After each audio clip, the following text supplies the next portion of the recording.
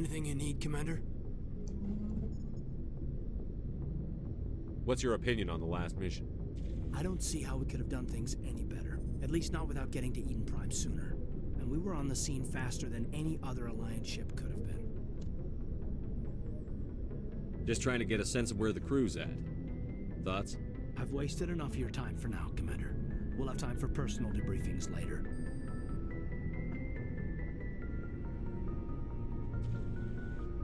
We'll talk another time, Lieutenant. Commander?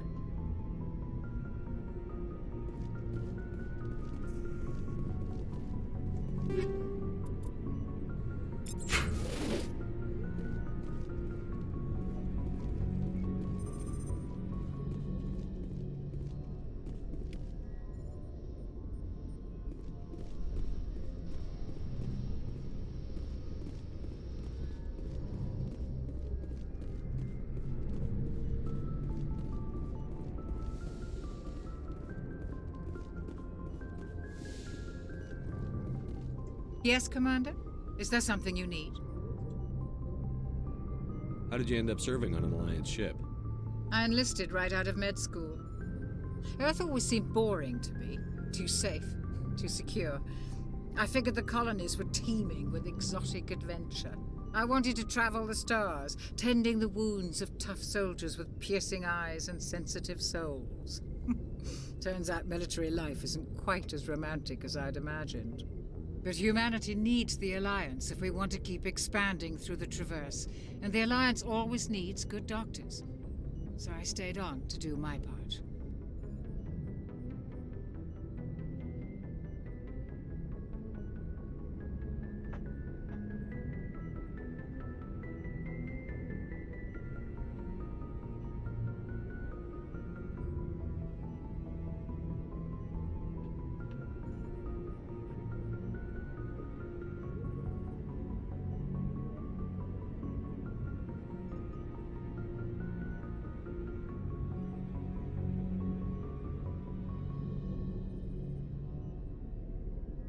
Ever think you made the wrong choice?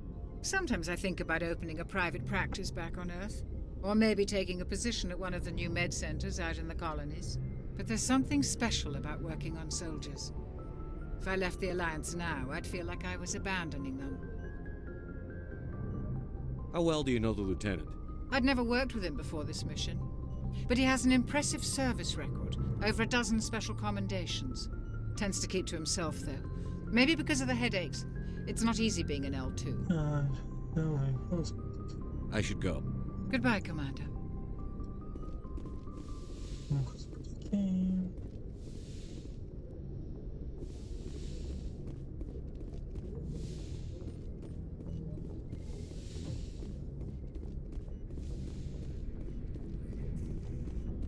tem. Agora que o escritório é meu. O escritório é meu.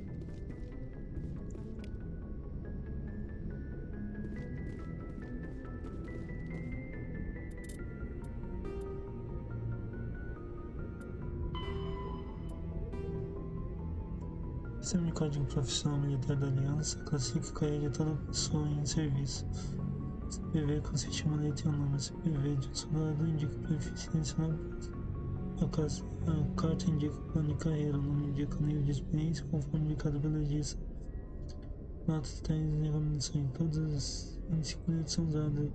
Os números vão de 1 a 7. E é o código de letra para o pessoal das forças especiais. A Aliança usa uma versão modificada do sistema de classificação que tem sido usado por centenas de anos. Os soldados se classificam como agentes especialmente suboficiais com experiência em comando e oficiais especialmente treinados. A divisão entre o pessoal da Marinha e da Infantaria, fuzileiros navais, é pequena. Unidades terrestres são um ramo especializado da frota, como os quadrões de caça.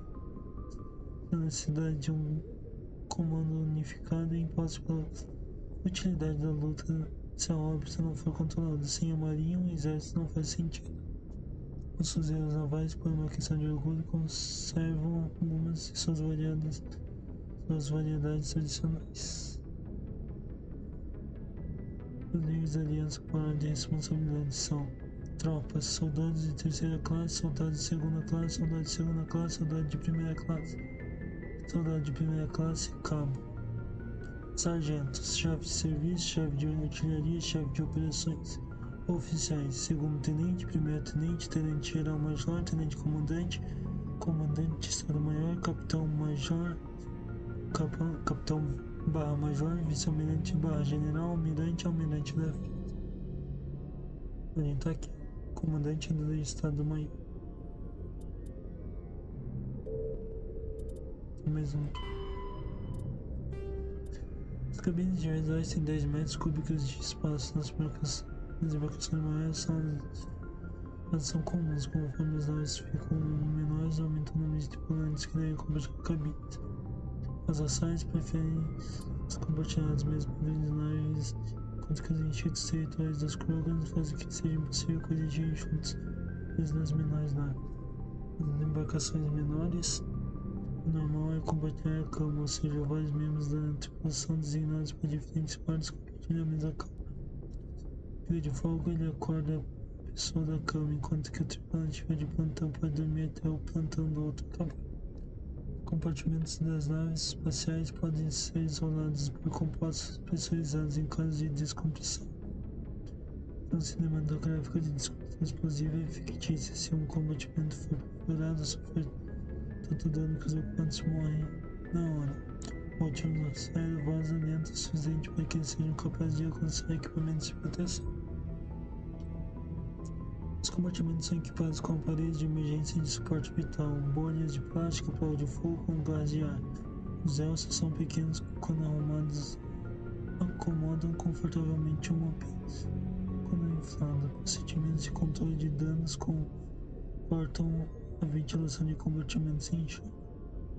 Sem oxigênio para consumir os incêndios, morrem em segundos. O compartimento é pressurizado depois para executar a tripulação. Campo de efeitos de massa cria uma gravidade artificial abaixo do convés das naves, evitando a atrofia muscular e perda óssea. Naves de grande porte organizam seus convés perpendiculares a seu eixo de movimento. Os convés superiores estão na proa e os inferiores nos motores. Isso permite que a gravidade trabalhe com os efeitos inerciais de impulso. Naves que podem aterrissar organizam seus convés lateralmente para que a equipe possa se mover enquanto a nave estiver no chão. Naves de guerra normalmente desligam seu sistema de gravidade durante o combate, reduzindo o calor gerado pelo sistema de combate e aumentando a resistência. Para oferecer um ponto de referência ao navio cair em gravidade zero, os pisos são pintados de uma cor diferente das paredes e teto.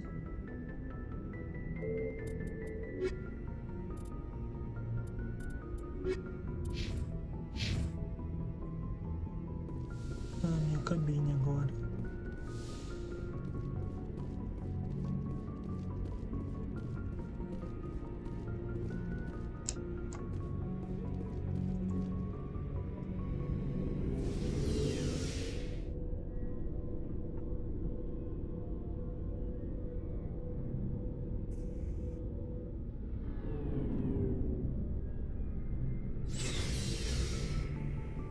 Nossa, quanta gente aqui.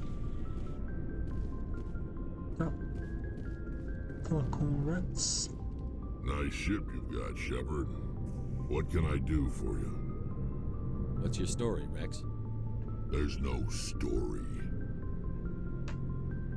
Go ask the Quarian if you want stories.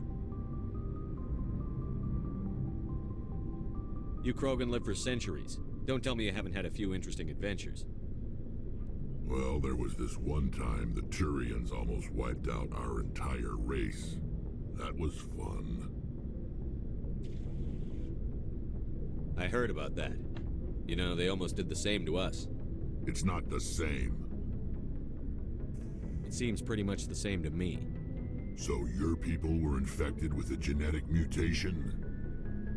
An infection that makes only a few in 1,000 children survive birth? And I suppose it's destroying your entire species? I suppose it isn't all the same. I don't expect you to understand, But don't compare humanity's fate with the Krogan. I was just making conversation. I wasn't trying to upset you. Your ignorance doesn't upset me, Shepard. As for the Krogan, I gave up on them long ago. The genophage infected us, but it's not what's killing us. Are your people really dying? We're sure not getting any stronger. We're too spread out. None of us are interested in staying in our own system. Lots of species have left their homes and prospered. But they go to colonize new worlds. We're not settlers. We're warriors. We want to fight. So we leave. Hire ourselves out. And most of us never go back. What can you tell me about the genophage? Ask the Solarians if you want details. They made it. All I know, it makes breeding nearly impossible. Thousands die in stillbirth, and most never get that far. Every Krogan is infected, every one. And no one's rushing to find a cure. Why don't the Krogan try to find a cure? When was the last time you saw a Krogan scientist? Ask a Krogan. Would he rather find a cure for the genophage or fight for credits? He'll choose fighting every time. It's just who we are, Shepard. I can't change that. Nobody can. So long, Rex. Shepard.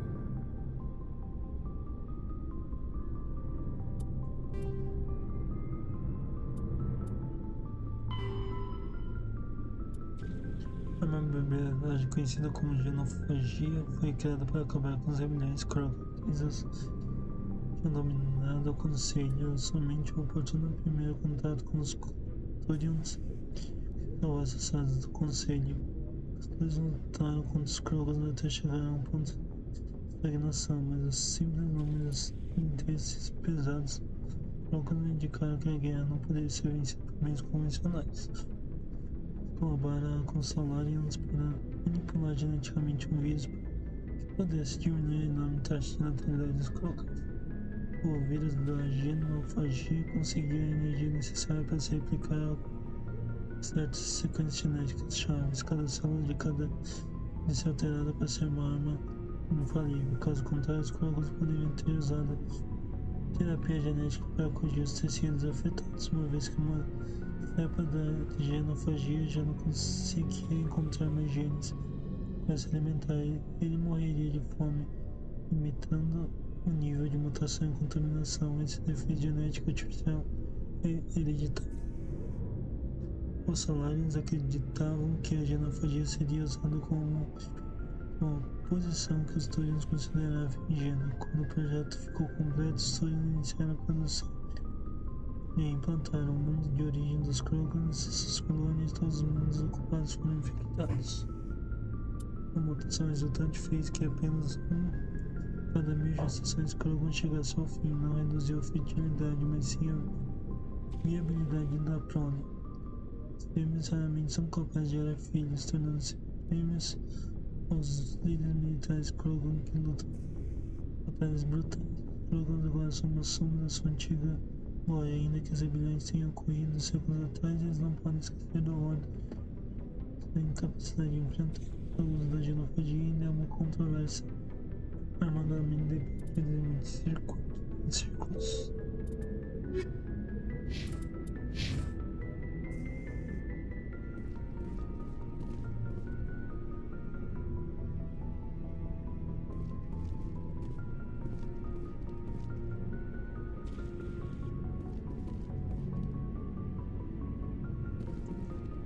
Commander? What's your opinion on the last mission? Kinda wish you'd got there sooner, Commander. No offense, I appreciate the rescue. I just wish... You wish we'd been able to save the rest of your unit? Yes, sir. If I had been more alert, we wouldn't have been cut down by an ambush. The Geth are perfect ambushers. They don't move, they don't make noise, they don't even breathe. Sir, they have flashlight heads. I'll make sure it doesn't happen again. Do you have a few minutes to talk one-on-one? I'm sorry, Commander. I need to get my duty squared away. I wouldn't mind talking more later, though. Ok. Dismissed, Chief. Sir?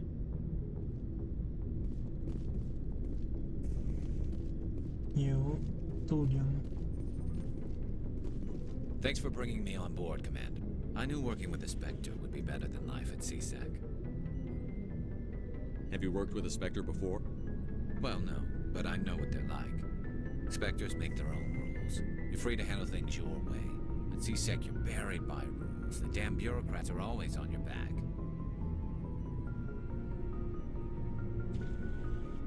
For the most part, the rules are there for a reason. Maybe.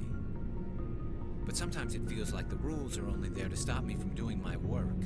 If I'm trying to take down a suspect, it shouldn't matter how I do it, as long as I do it. But CSEC wants it done their way. Protocol and procedure come first. That's why I left. So you just quit because you didn't like the way they do things? There's more to it than that. It didn't start out bad, but as I rose in ranks, I got saddled with more and more red tape. CSEC's handling of Saren was typical. I just couldn't take it anymore. I hate leaving. I hope you made the right choice. I'd hate for you to regret it later. Well, that's sort of why I teamed up with you. It's a chance for me to get off the Citadel, see how things are done outside CSEC. Either way, I plan to make the most of this. And without CSEC headquarters looking over my shoulder, well, maybe I can get the job done my way for a change. If getting the job done means endangering innocent people, then no. We get the job done right, not fast. Got it? I wasn't trying to. I understand, Commander.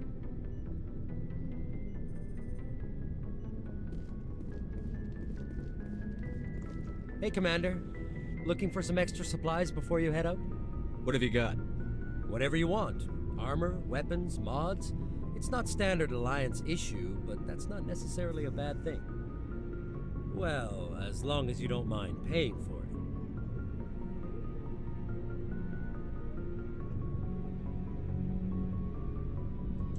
Why should I pay you for my weapons and armor? My stuff doesn't come from the Alliance. I have to purchase it myself, and it's not cheap. Hell, the licenses alone have set me back more than I'd like. But no licenses, no goods. Without the goods, I'm out of a job. What are licenses? Why do you need them? Manufacturers sell licenses. Each license allows me to buy and sell a certain brand of products. I already have several basic ones, but you'll need to buy more if you want me to bring in different brands. Many of the best licenses are hard to get, but they're well worth the cost if you can find them. What are licenses? Why do you need them? Manufacturers sell... Many of the best licenses are hard to get, but they're well worth the cost if you can find them. How often will you get new items? Well, that depends on how many licenses you've purchased. But I'll rotate items on a regular basis regardless. And anytime we land someplace with a big enough port, I'll buy, sell, and trade whatever I can. Check back often. I need to move items quickly, so only the most basic items will be stocked consistently. Let's see what you've got. You bet, Commander.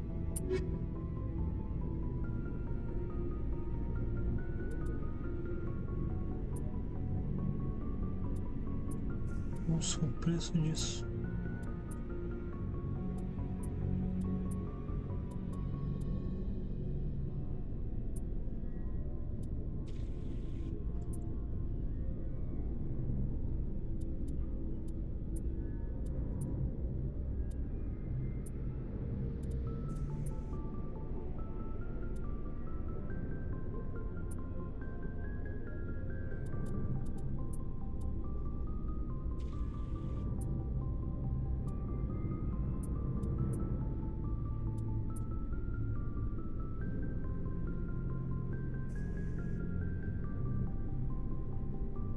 200 pila. Essa não tem dinheiro pra comprar, não. Legal. Que bom.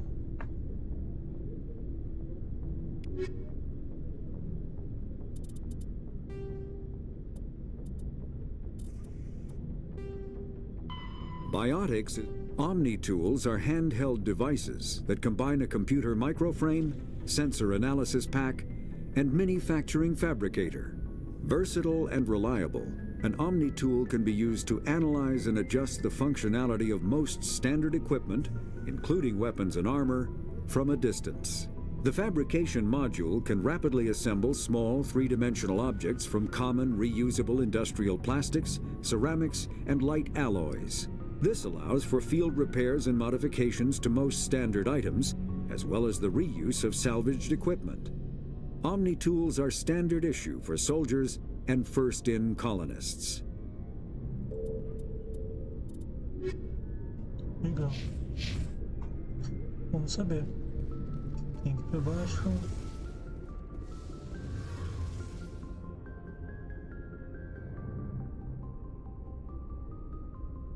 Max.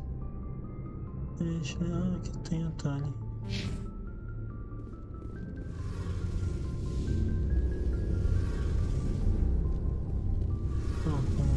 Hey, Commander, you know that Quarian, Tally? She's been spending all her time down here asking me about our engines. I'll tell her to leave you alone. What? No, she's amazing. I wish my guys were half as smart as she is. Give her a month on board and she'll know more about our engines than I do. She's got a real knack for technology, that one. I can see why you wanted her to come along.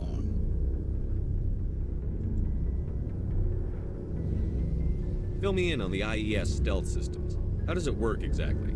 You can't hide a ship out in space. They emit too much heat and radiation. Too easy for sensors to pick them up, unless you find a way to capture those emissions. So our stealth systems trap the energy we give off in storage sinks built into the ship itself. No emissions to give away our location. Eventually the sinks have to be vented. More than a few hours silent running and they overheat. Cook us inside our own hull. There's no way for anyone to detect us? A visual scan can still pick us up. Anyone looking out a window can see us plain as day. But you have to be pretty close to get an actual visual out in space. Most vessels rely on scanners. As long as the stealth systems are engaged, they can't see us. Not unless we accelerate to FTL speeds. Why doesn't it work with faster than light travel? Cranking up the FTL blue shifts our emissions, pushes them into frequencies too high to capture in the sinks. As soon as we make the jump, it's like setting off a flare. Sensors can pick up our location whenever we enter or exit FTL flight, but for short-range missions, our stealth systems are amazing, and we've got the only one. Where else have you served, Adams? If you name a class of Alliance ship, I've probably served on it. Everything from dreadnoughts and carriers right down to frigates like the Normandy. My last assignment was on the Tokyo, only a cruiser, but she was a good ship. Couldn't hold a candle to the Normandy, though. I want to know more about the Normandy. She's the best ship I've ever served on, probably the fastest vessel ever designed. And she's the only one using the new Tantalus drive core. What's so special about the Tantalus drive core? Proportionally, it's about twice the size of any other vessel. Not only are we faster, we can run at FTL speeds longer before we have to discharge the core.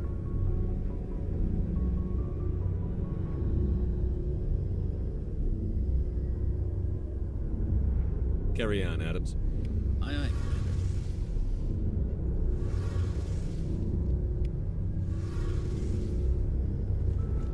Your ship's amazing, Shepard. I've never seen a drive core like this before. I can't believe you were able to fit it into a ship this small. I'm starting to understand why you humans have been so successful. I had no idea Alliance vessels were so advanced. The Normandy's a prototype. Cutting-edge technology.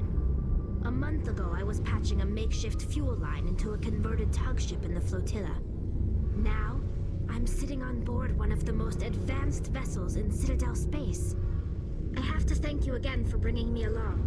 Traveling on a vessel like this is a dream come true for me.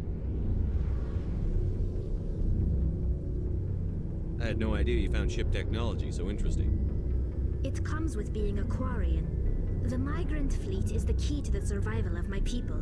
Ships are our most valuable resource. But we don't have anything like this.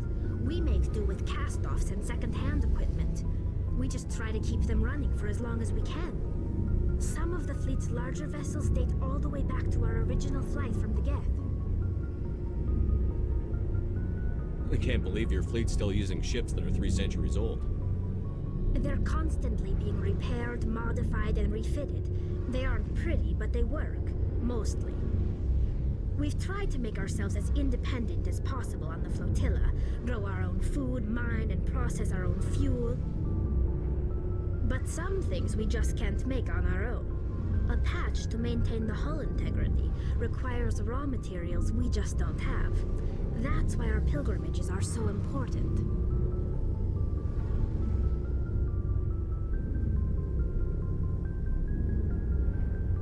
Tell me about your people.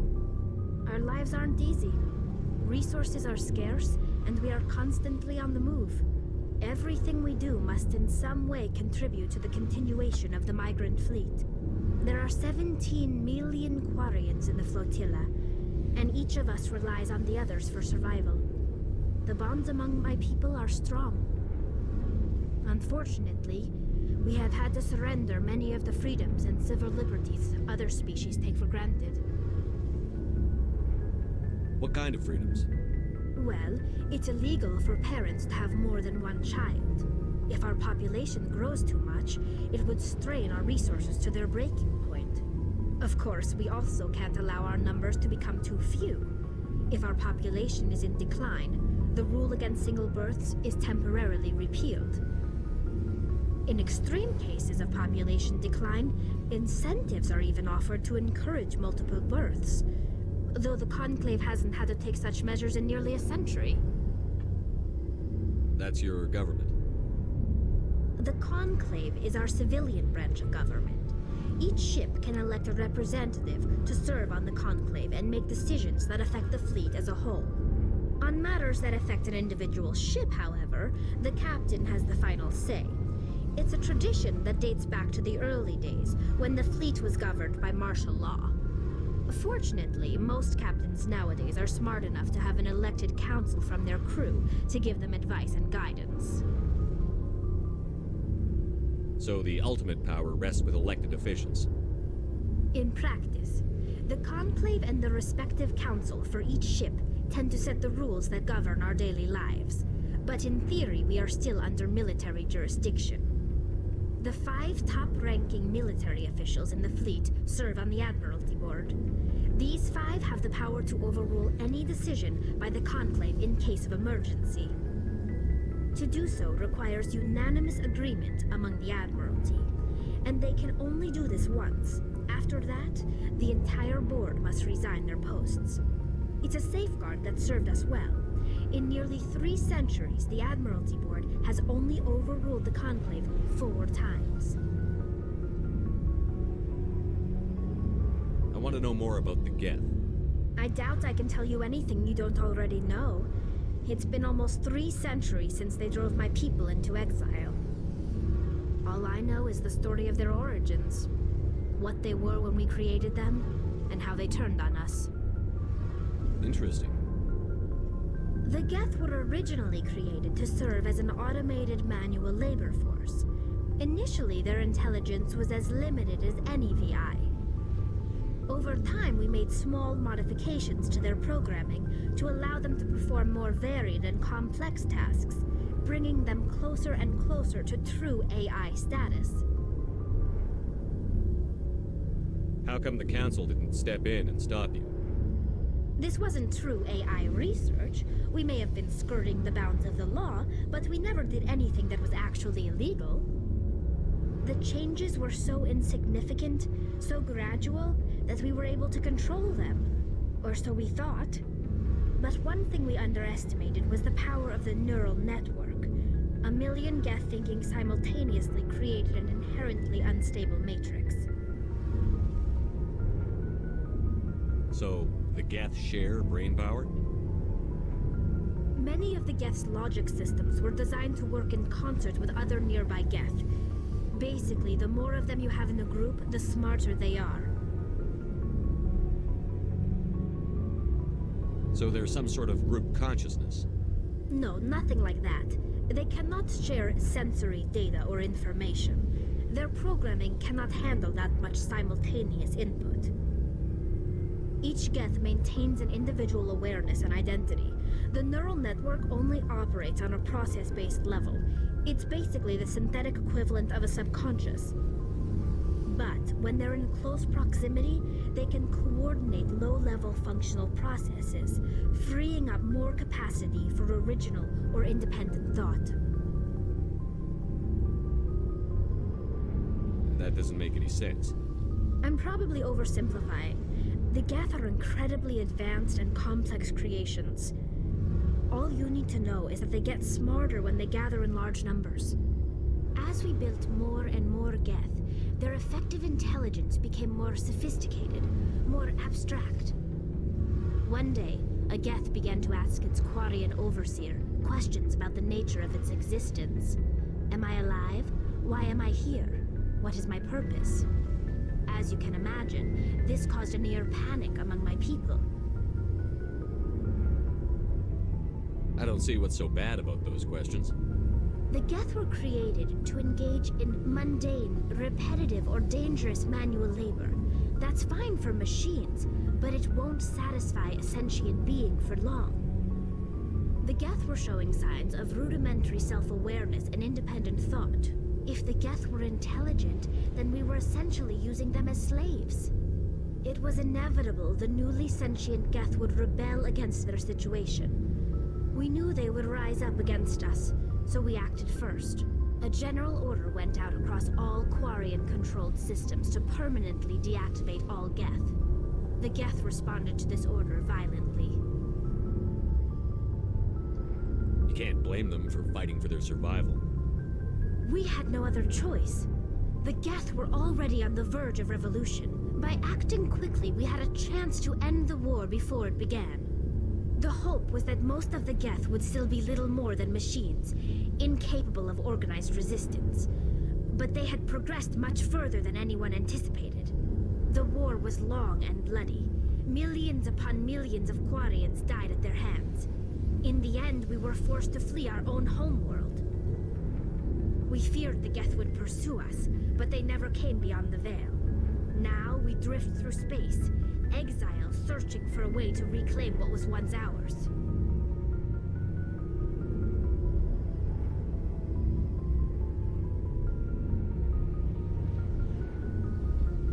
It's hard to feel sorry for you. Your ancestors tried to wipe out another species. We made a mistake when we created the Geth in the first place. But we did not make a mistake when we went to war against them. If we had not acted, they would have wiped us out. They're a synthetic life form. They have no use for organics. None. Why do you think they cut themselves off from the rest of the galaxy? Why do you think they've killed every organic being who's ever tried to contact them?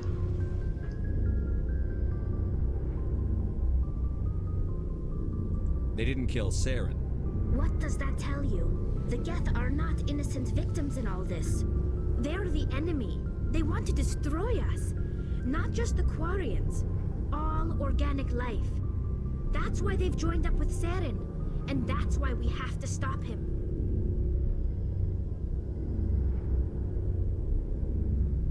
I want to know more about the pilgrimage. When my people reach maturity, we leave our birth ships and seek acceptance with a new crew. It's necessary to maintain genetic diversity among the fleet.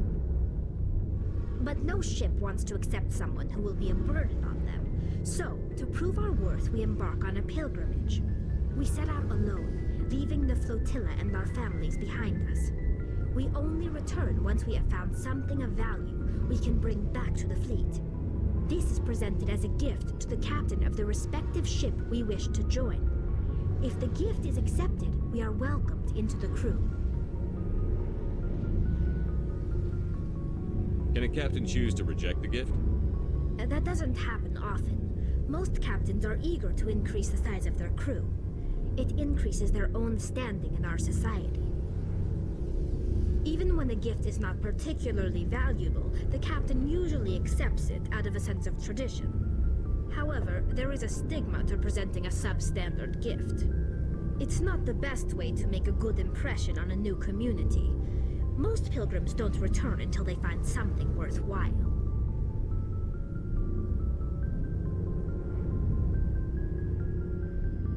I can't believe they just send you off alone. It's not like they just cast us out. Before we leave, we are given lessons in how to survive outside the flotilla, and given gifts to help us on our journey.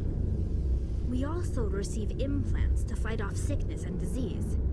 Generations of living in an isolated and highly controlled environment have left our immune systems weaker than most. By the time we leave the fleet, we are well equipped for the pilgrimage. This is a rite of passage for all Quarians. If it were dangerous, our numbers would suffer. Virtually every pilgrimage ends with a triumphant return and the ritual presentation of the gift to one of the fleet's captains. I want to talk about something else. Like what? Depois os Quarians, os Gates, da peregrinação, até lá. I should go. See you later.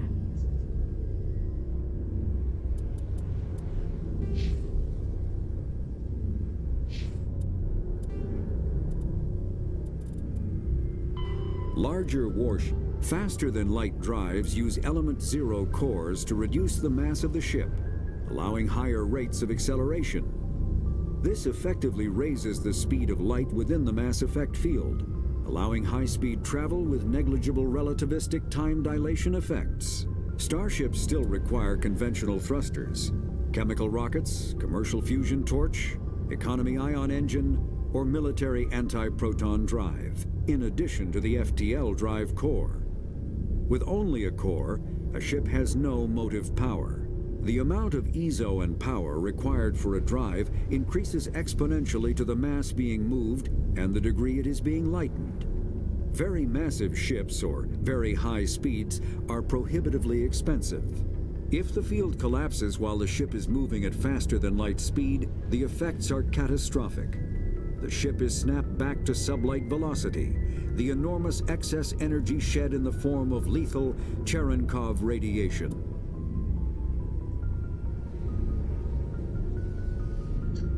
Motores mais rápidos que a luz. Faster than light.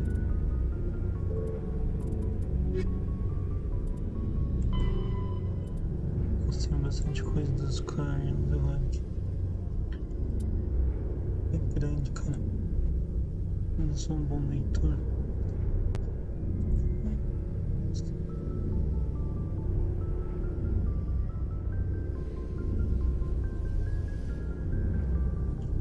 Tá, a frota migrante tem pouca base econômica, operando em um estado de perpétua precariedade. Nas naves Quarian, algumas plantas leves de fabricação e montagem. E não dispõe de indústrias pesadas como a refinaria e construção naval. A frota tem petroleiros para preparar água e obter oxigênio, mas as grandes cidades têm espaços próprios para a agricultura e limitam a produção de comida única dos poderes industriais ou frágil equilíbrio. Quais ganham renda de maneira criativa. O governo é obrigado a fornecer alimentos, água, ar e suporte médico para todos os indivíduos. O conclave determina estrategicamente o custo da frota e utiliza recursos sem renda. Como uma espécie suspeita que outros migrantes têm ido em direção aos seus espaços, muitas vezes eles oferecem presentes como naves espaciais, combustíveis e recursos sobressalentes para convencer o conclave a alterar o curso.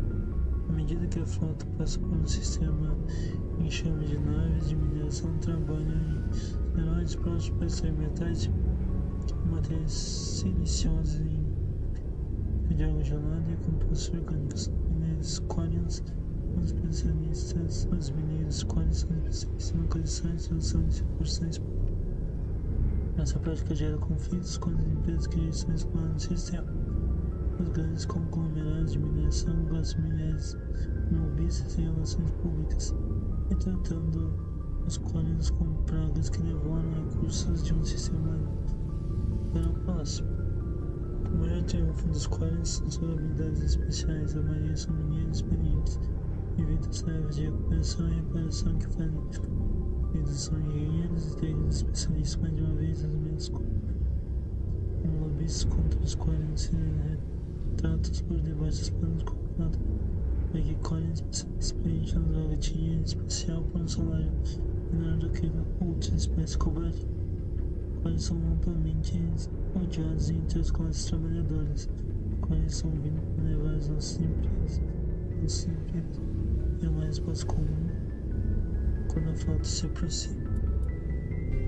Nossa.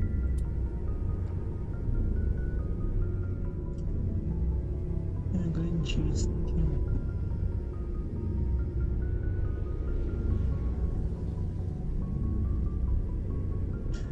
A frota migrante é a maior concentração de naves estelares de toda a galáxia, com uma formação que se estende por milhões de quilômetros, passa por um portal de massa por vários dias. Quando os Quarians fugiam de seu mundo de origem, a frota brigava um conjunto de cargueiros lançadeiros, naves industriais e algumas naves de guerra por 3 séculos, modificadas para poder acumular tripulações maiores e para deixá-los mais confortáveis possível. Quando os Quarians chegam numa situação estável, eles começam as áreas menos habitáveis, eles vendem e fizeram dinheiro milhares para o espaço. Praticamente comigo até hoje, conforme eles quebram uma civilização. Embora algumas áreas desfrutam de camarotes dedicados que permitem grande privacidade em instalações sanitárias, parece mais antigos cargueiros que os cabeças de carga são especializados dividindo cubículos unifamiliares por drivos metálicos, os quais decoram esse espaço austeiras com janelas e tapetes com cores brilhantes que também servem para diminuir os sons. As operações diárias da frota, controle de tráfego, treinamento de posições e distribuição de recursos, jurisdição militar. Alguns capitães legais têm autoridade para sair de suas posições designadas e para eliminar a frota em qualquer momento. Por essa responsabilidade, enquanto a frota migrante viaja pela galáxia, muitas naves se separam porque objetivos particulares. Em alguns dias ou anos. Aqui, isso aqui.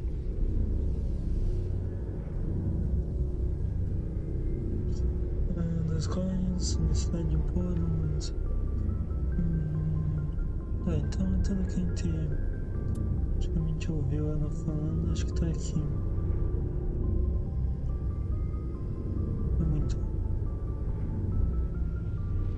É muito texto.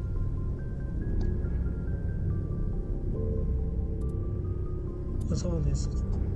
A verdade existente dos Quarians na cidade de impor o relacionamento rigoroso, o governo não tanto autocrático. Os fatos militares são dirigidos pelos almirantado, um conselho de 5 oficiais militares que são aconselhados para algo de conclave. Cada nave da frota tem o direito de enviar representantes para o conclave ao bordo da nave capitânia. Lembrando-se é baseado no tamanho da tripulação, os clãs maiores com naves maiores e mais votos. Dos blocos políticos, a posição do poder, a colocação de escoltas, com delegados de milhares de naves menores. O militante parece respeitar quase sempre as decisões do conclave. Entanto, se todos os 5 membros concordam com a missão do conclave com complementos sobreviventes da frota, eu não acredito que o conclave possa resolver os problemas sem o direito de revogar sumariamente a decisão legislativa de usar esse poder extraordinário ambientado. Deve renunciar, o mandatado não renunciar ao resto dos militares e é obrigado a prendê-los. Cada capitão tem total autoridade sobre sua nave, mas é aconselhado por um conselho civil, do mesmo modo que o almirantado é aconselhado pelo conclave. Essa noção pode variar de cooperação até a tolerância educada, passando por atividade mais aberta.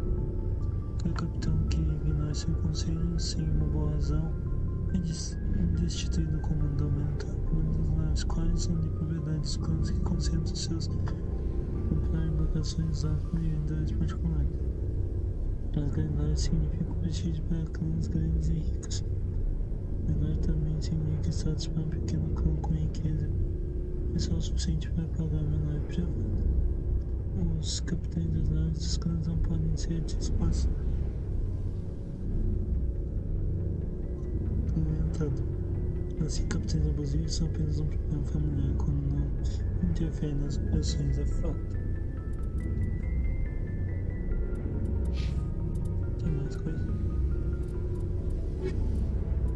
Tem muita tecnologia aqui. Biotics is an artificial element zero can increase or decrease the mass of a volume of space-time when subjected to an electrical current. With a positive current, mass is increased. With a negative current, mass is decreased. The stronger the current, the greater the magnitude of the dark energy mass effect. In space, low-mass fields allow FTL travel and inexpensive surface-to-orbit transit. High-mass fields create artificial gravity and push space debris away from vessels. In manufacturing, low-mass fields permit the creation of evenly blended alloys, while high-mass compaction creates dense, sturdy construction materials. The military makes extensive use of mobility-enhancing technologies, with Mass Effect utilizing fighting vehicles standard frontline issue in most military forces. Mass Effect fields are also essential in the creation of kinetic barriers or shields to protect against enemy fire.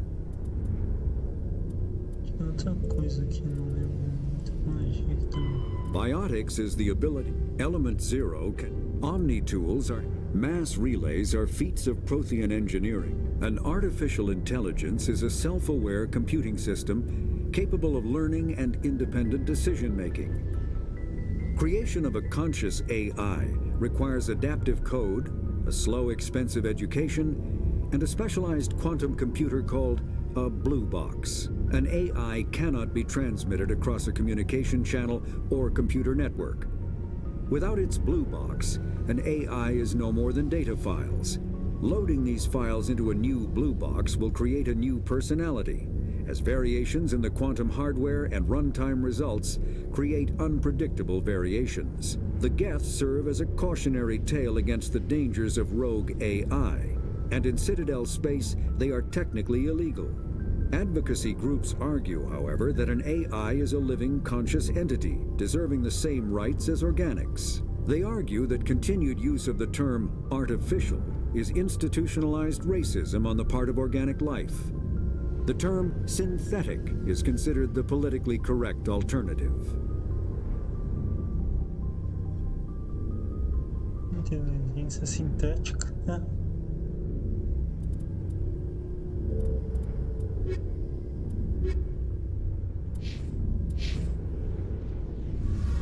Então, já falamos com todo mundo. Nossa, deixa eu ver. Quase uma hora só pra falar com o pessoal.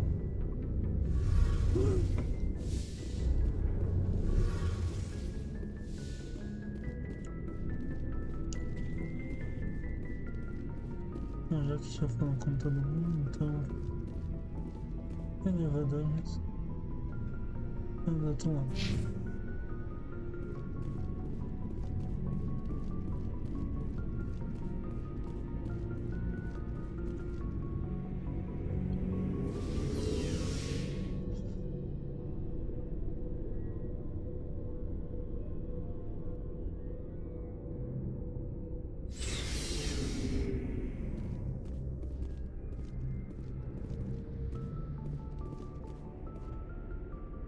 Laboratório e armazenamento,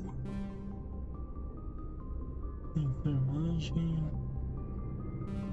laboratório e armazenamento e enfermagem, módulo de descanso, escritório do capitão, refeitório,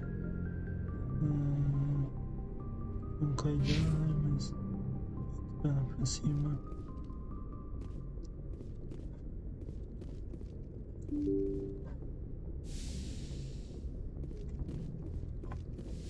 Agora tá na hora de viajar.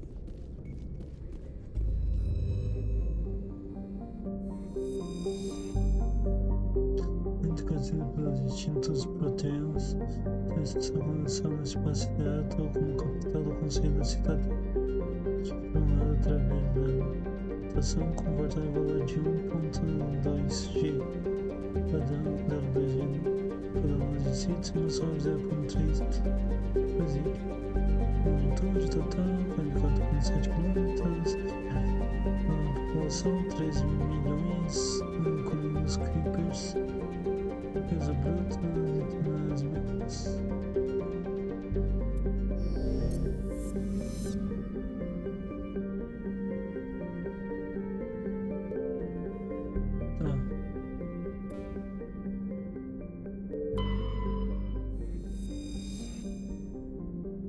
Tá, mas eu quero sair daqui.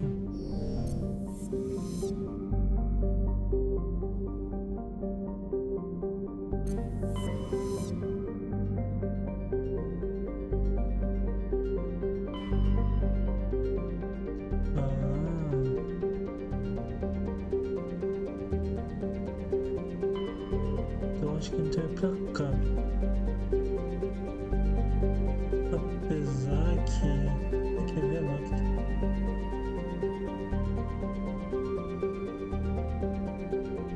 vamos aqui. Palpita, agazol, embolada, cabeça de cavalo, dos prática.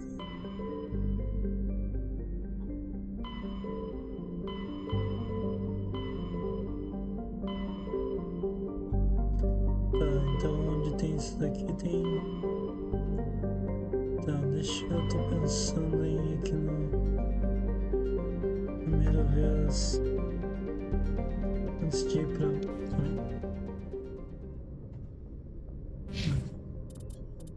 Antes de fazer as principal, que é a Liara aqui. Fazer essas duas aqui. No sistema Century. No aglomerado Hawking. E no Hydra. Esses dois aqui primeiro. Ou nesses dois primeiro, antes de as missões principais, que é a Liara.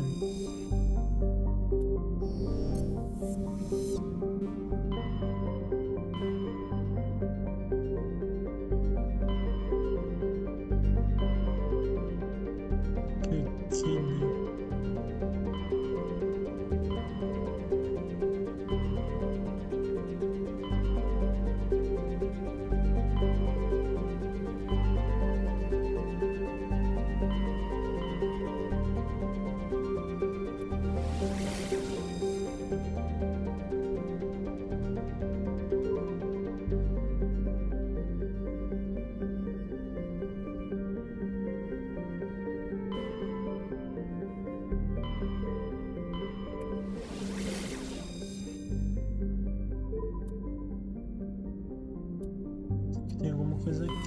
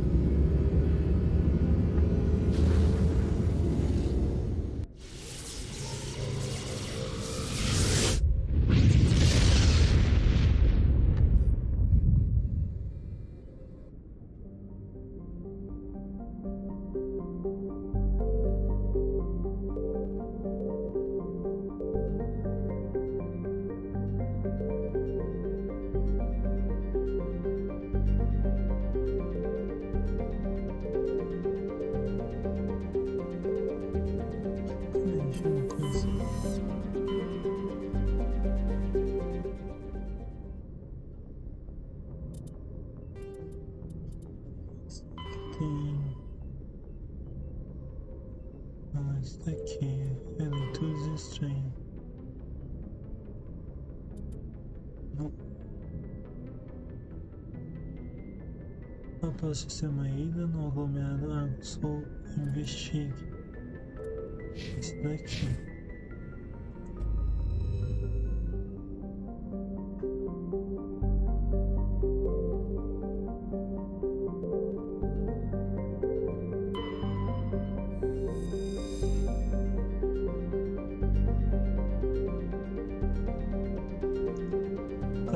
pequeno planeta rochoso com atmosfera e contraste de metano e criptônio. Sua superfície é composta por exame de magnésio e silicato com carbono.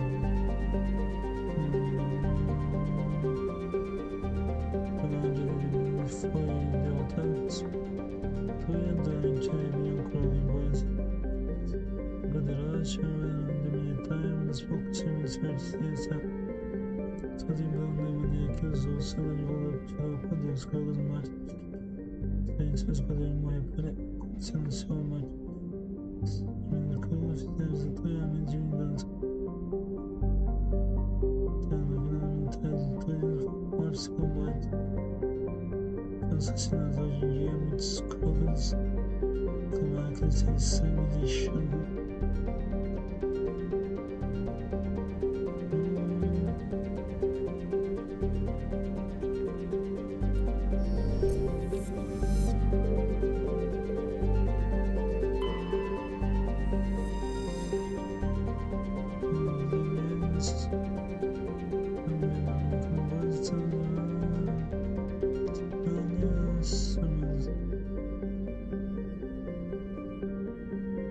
Informações aqui.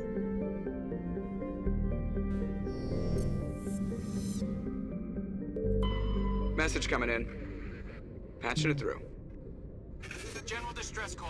Sacred Angel medical transport. Critical system failure. Losing power. Emergency landing. Argos. Communications failing.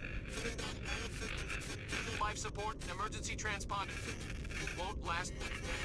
Please hurry. É aqui mesmo.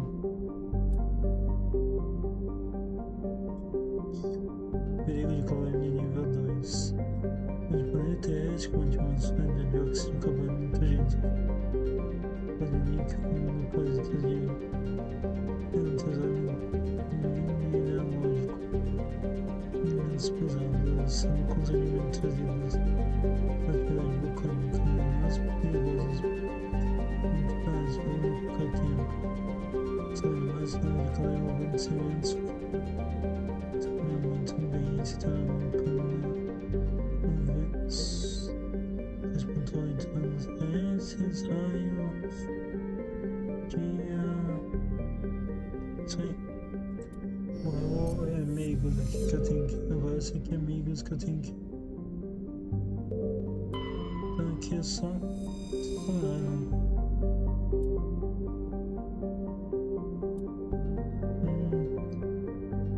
Do planeta. Toma ele aqui.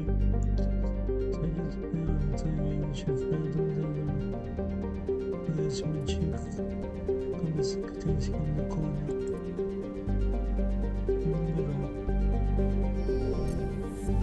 Tá, já vamos pra Megas ali. Nós vamos contar as cores, só das aulas. Dos oceanos, isso. Muito interessante. Mas esse aqui me afasta.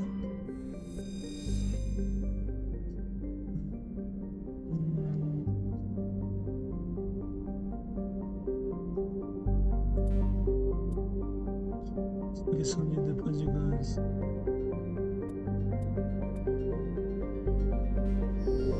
Bom, já que agora eu explorei todos os planetas que eram possíveis explorar aqui, vamos para Meteos.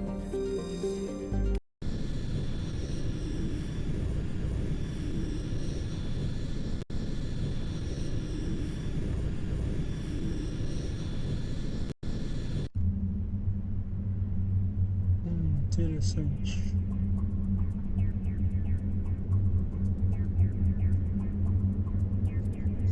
Eu acho que eu vou levar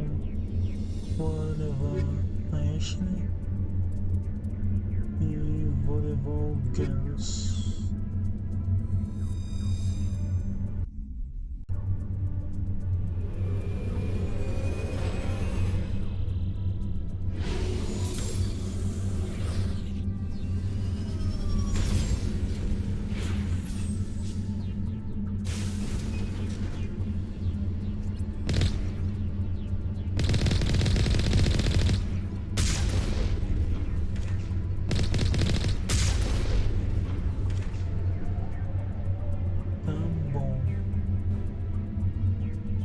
aqui tem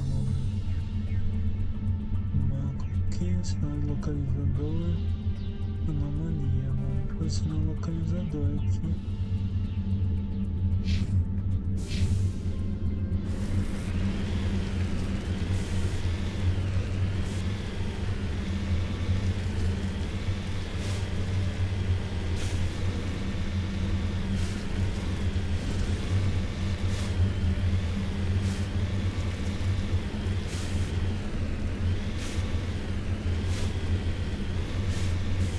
Certo aqui.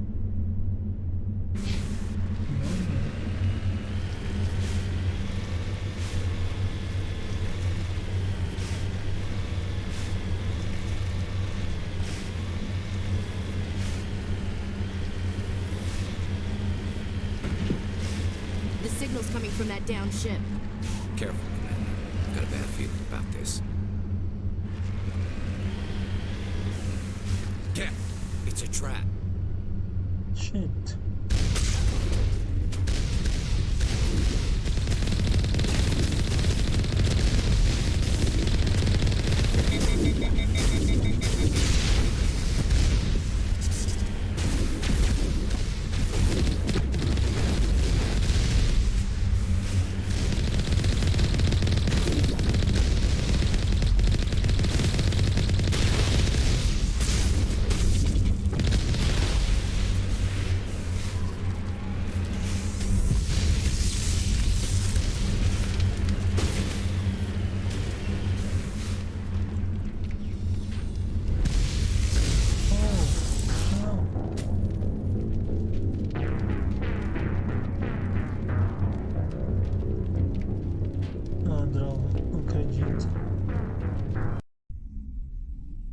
Não salvei antes de vir pra cá. Cada. Ah não. Beleza. Tá bem aqui.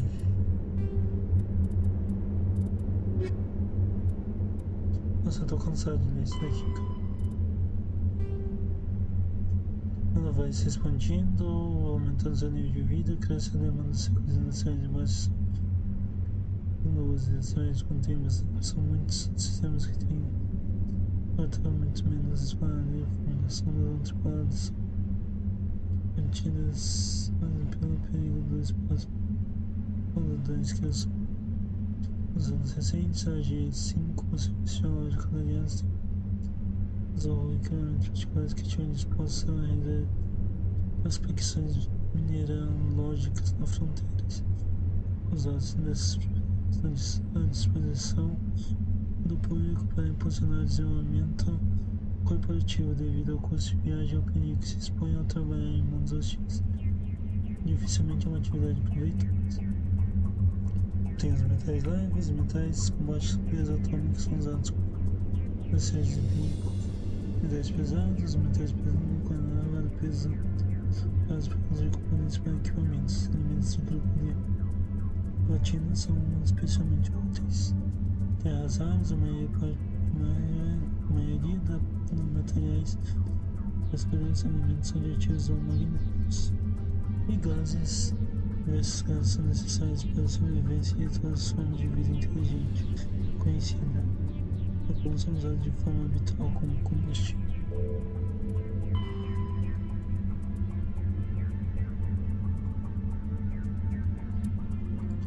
Tá bom, mais ou menos da mesma época que os solares conseguiram se desenvolver uma guerra civil, que é a reunificação, como foi chamada para idade entre os colônias mais afastados do mundo biológico.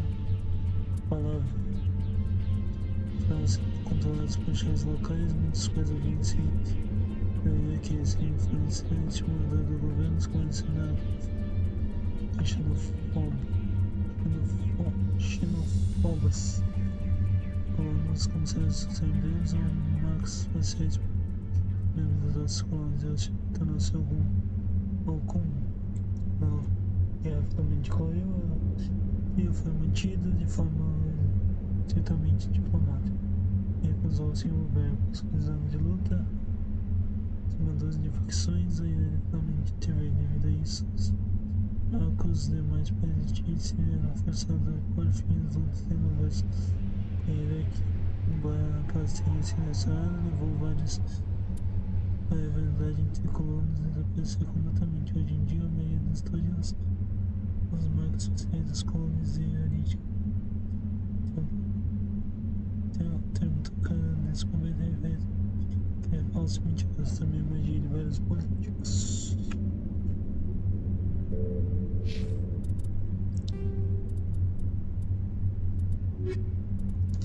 Diário.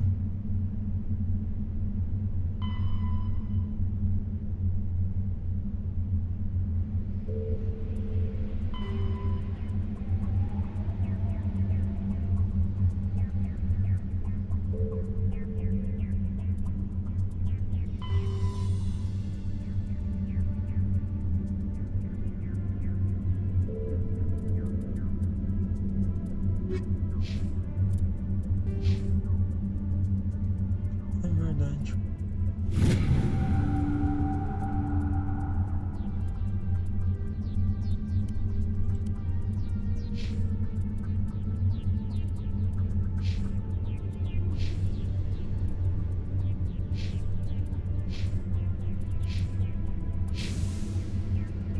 Tá, de novo.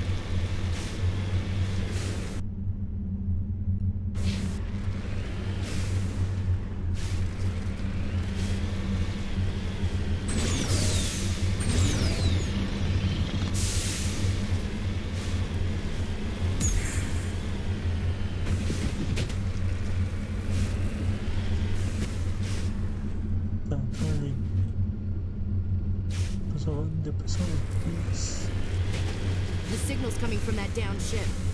Careful, Commander. I've got a bad feeling about this.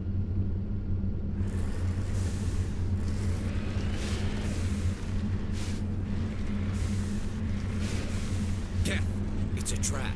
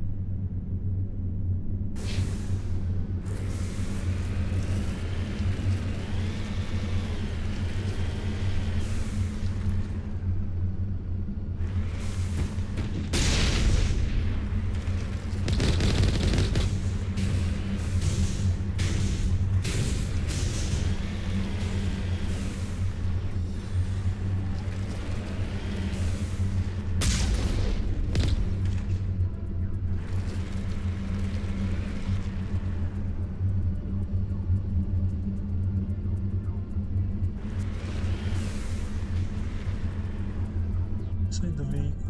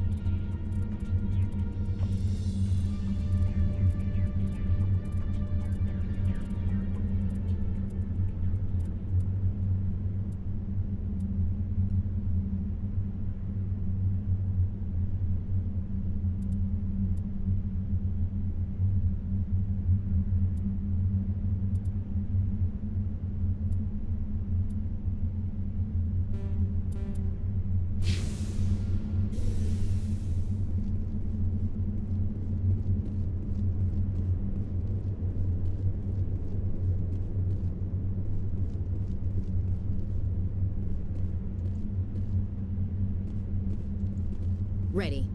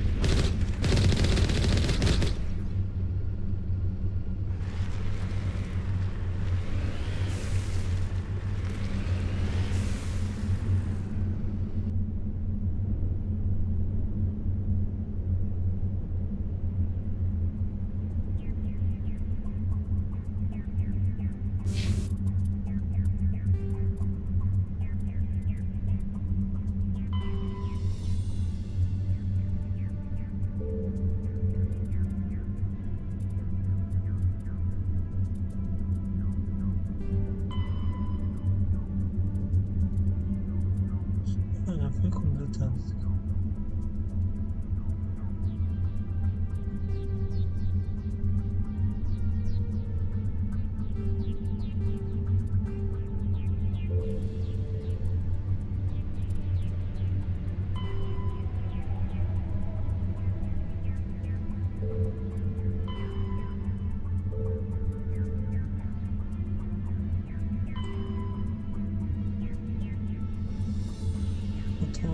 Skippers.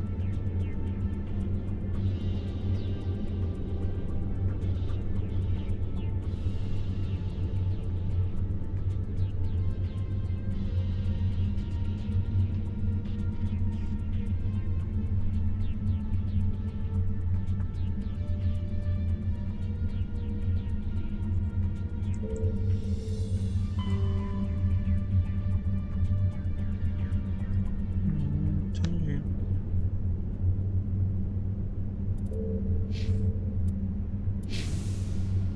Não dá pra fazer nada.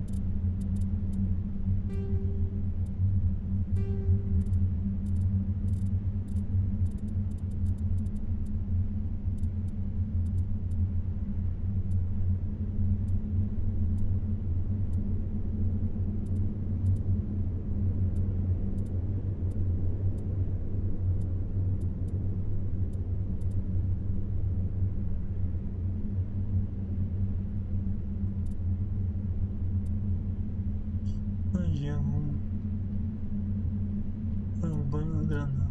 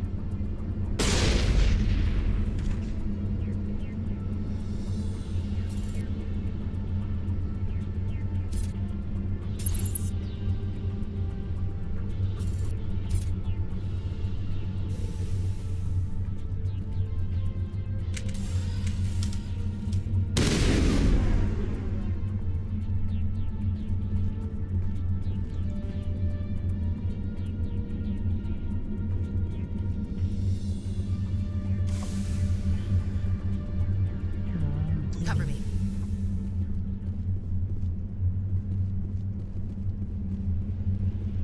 Enemy sighted. Sério. Think we're good, Commander.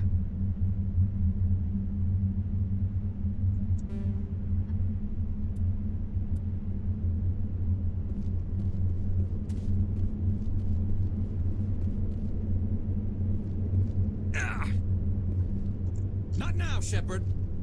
Mas assim. Ah, droga, tem que voltar pra cá.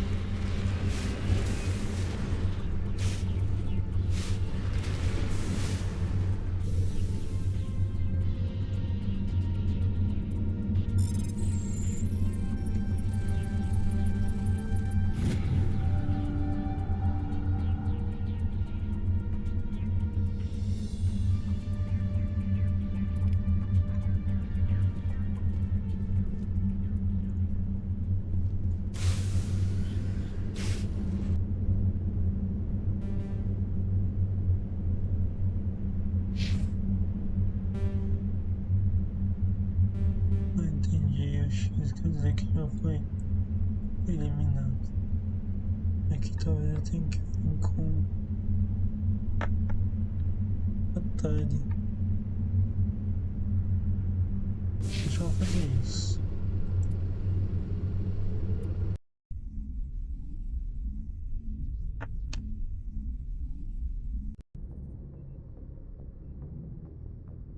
Vou dar um save aqui.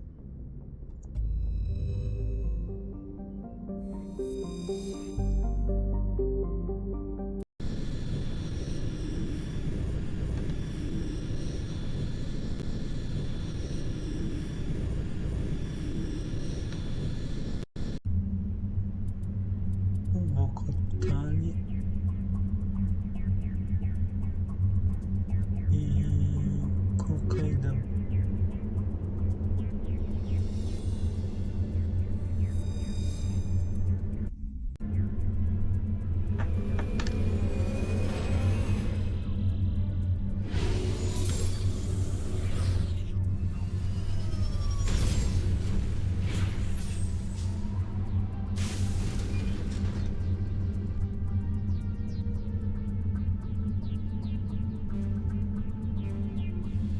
Isso.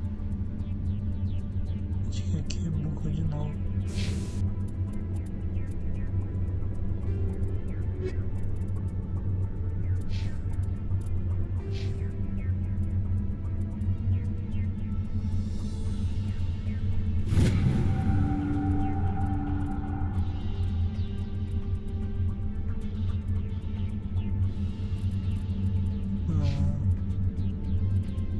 Não, mas eletrônico tem bastante eletrônico.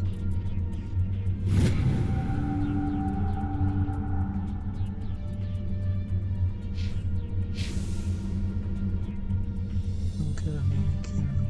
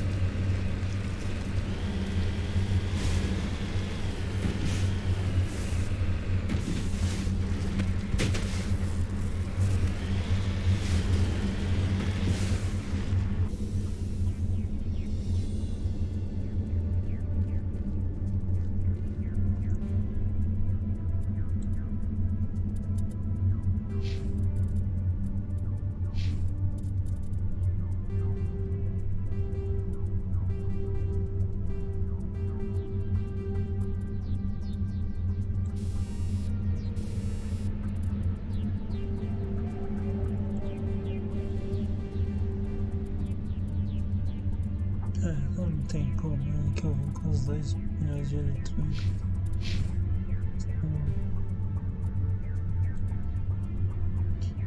Podendo resolver então.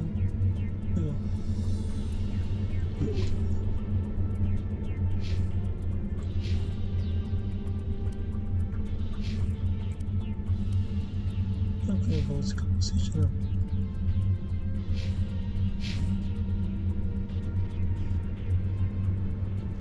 Porque eles não puderam usar, então ninguém pode. Então, tchau daqui.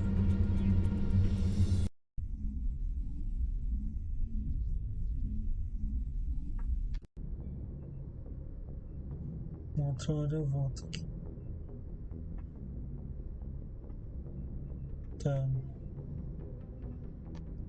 Eu tenho que lembrar qual que é a outra missão aqui da transmissão estranha, né? No sistema Centauri.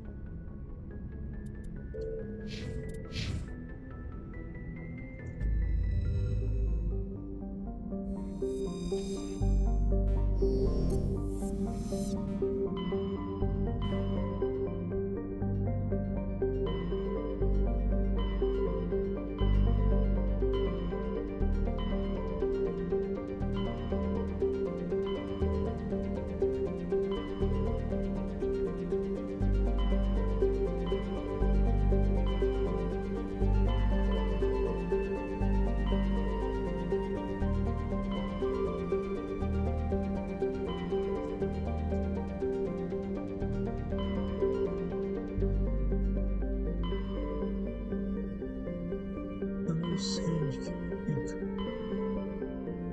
Ah.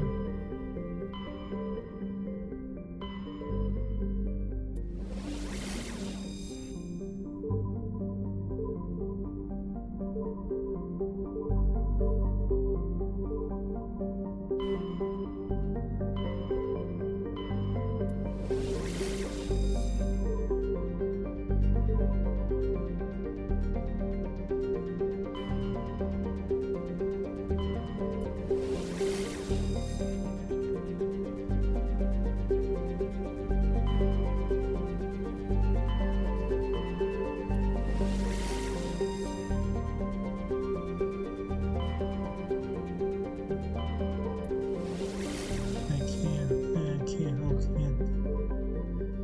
Center.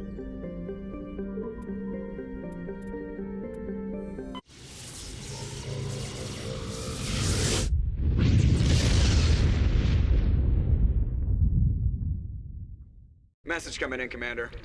Big surprise, the Alliance needs you again. Shepard, this is Admiral Hackett with Alliance Command. We've got a mission for you. An Alliance officer named Major Kyle has set up a small compound in the Hulking Eta cluster.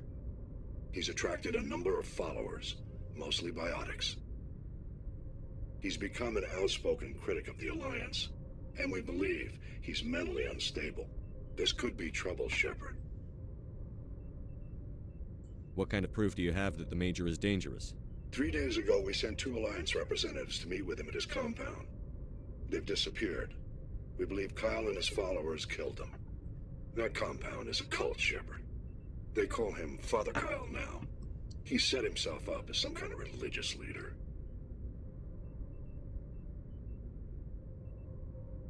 You said his followers were biotics? Yes. Major Kyle never showed any biotic tendencies himself, though. I think he's just latched onto a group he identifies with. Many biotics feel marginalized or ostracized by society.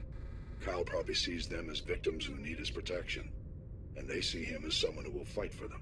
Unfortunately, he's convinced them that the Alliance is somehow responsible for all their problems.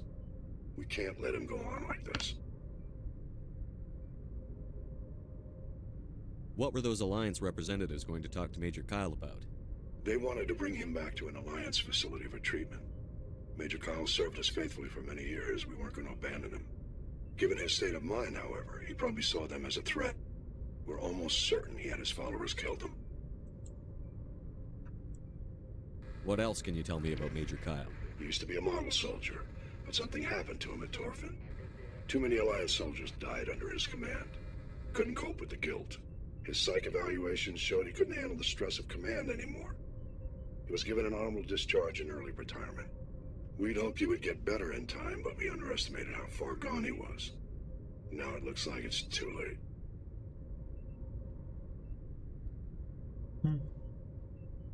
I might be able to end this without violence. You serve with him. He might listen to you. But he's already killed 2 Alliance representatives. I trust you to use your judgment. Hack it out.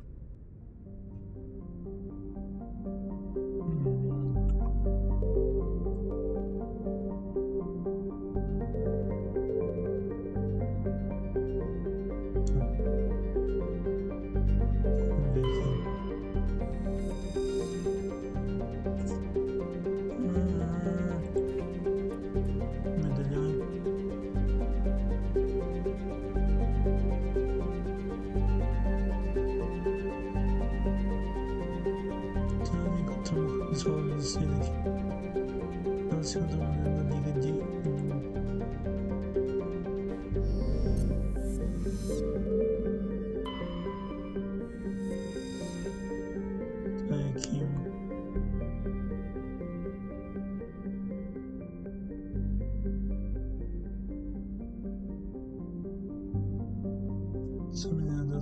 Selecionar de 15 milhões de...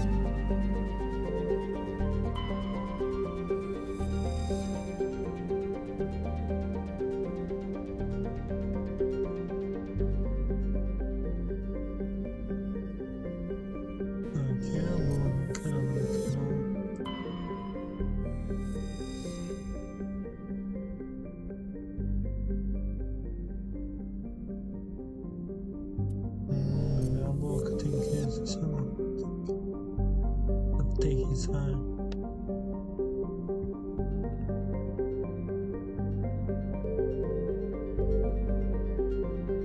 Acho que é isso. Vamos lá então.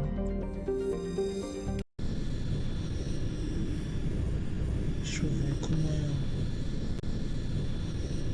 Ela tá de humanos. Acho que eu vou levar meus 2 humanos. Mas que eu quero diplomacia.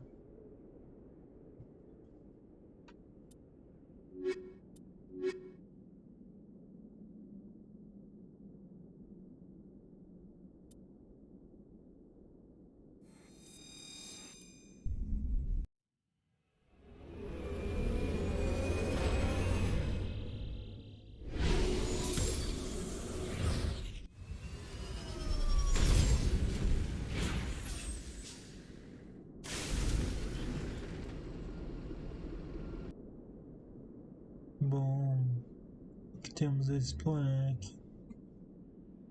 Temos uma anomalia aqui, temos os escombros aqui, temos o complexo dos bióticos aqui.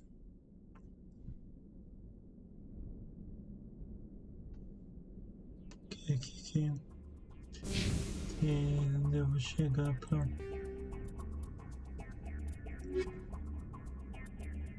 Asas do Conselho falar antes.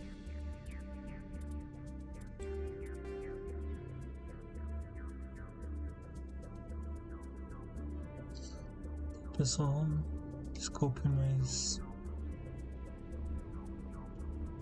como eu sei que não tem ninguém assistindo agora, então quem for assistir mais tarde pode dar uma pausa e ler com calma.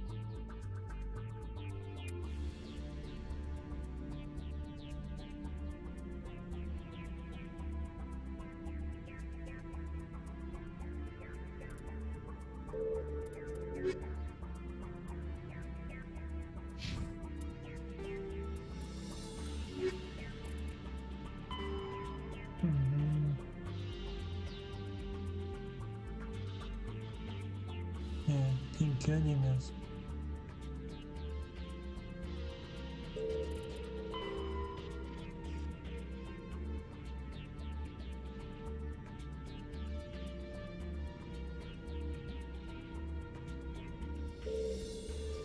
Beleza. Conhecer.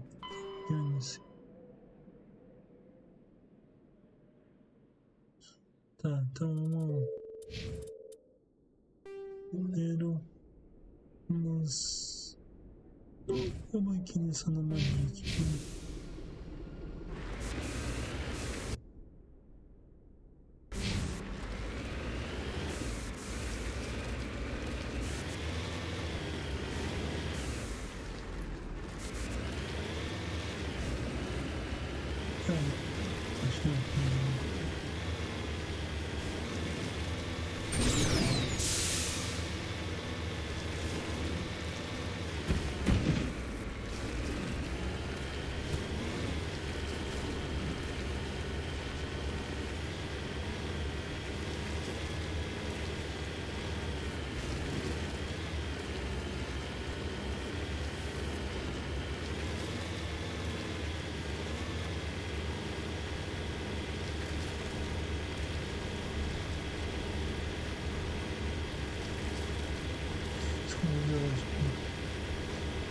Parece que ela faz objetivos de fugir para manter os soberantes.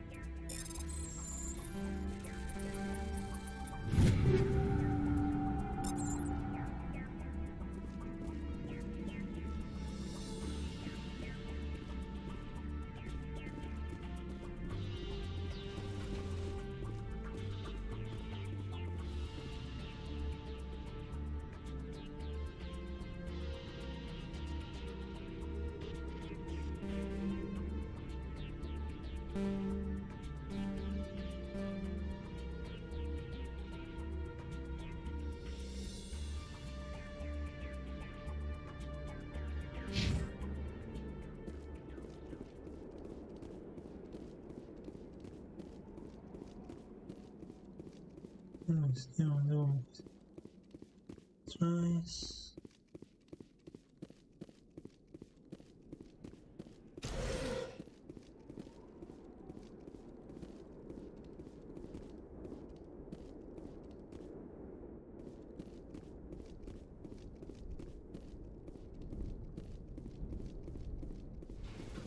Mais nada.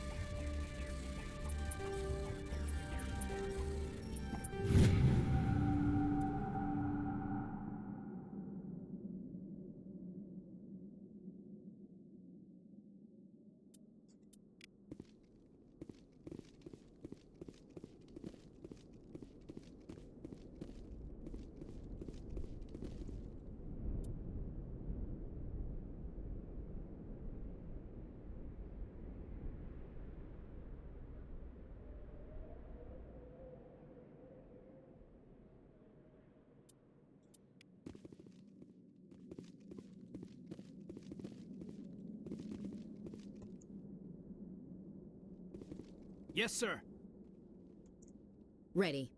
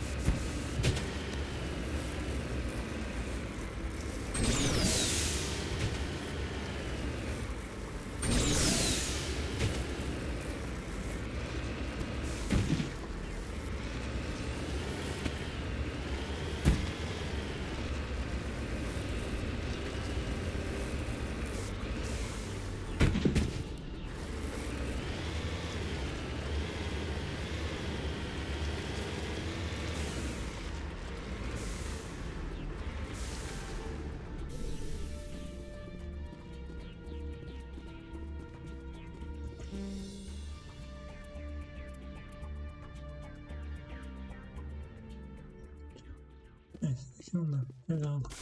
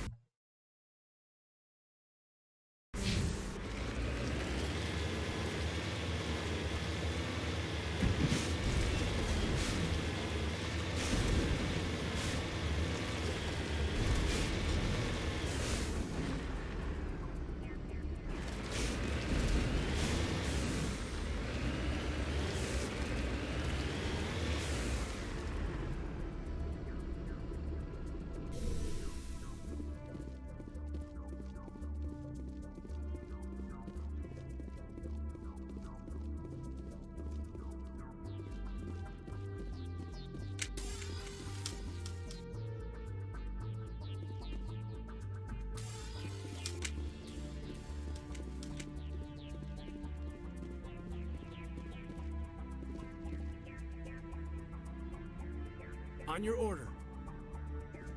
Ready to move.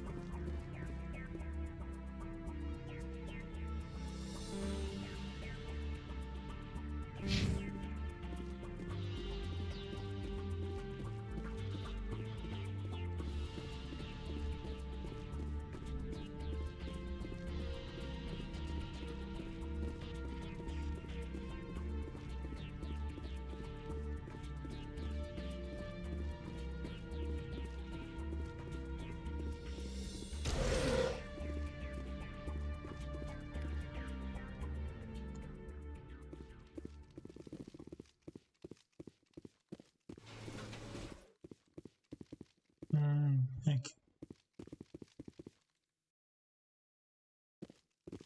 This is a private sanctuary. Outsiders are not welcome here. I need to talk to the man in charge. It's important.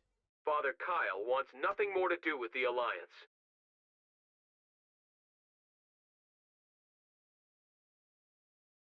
I want this to end peacefully.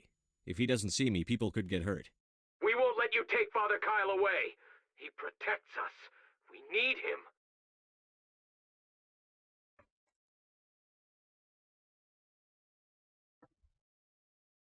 One way or another, I'll find a way in. Father Kyle told us that the Alliance wouldn't let us live in peace. This is your last warning. Go away or we will defend ourselves. Father Kyle told us that the Alliance wouldn't let us live in peace. This is your last warning. Go away or we will defend ourselves. I bet we can hack the door open.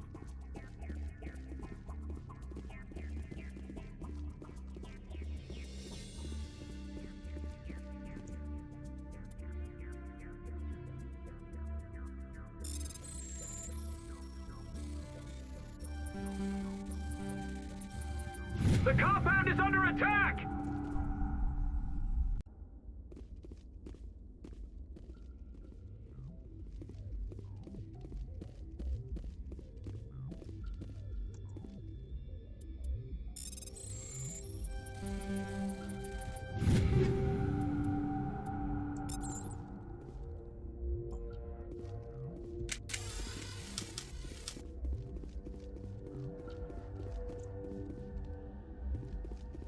Go, go, go! Take him down.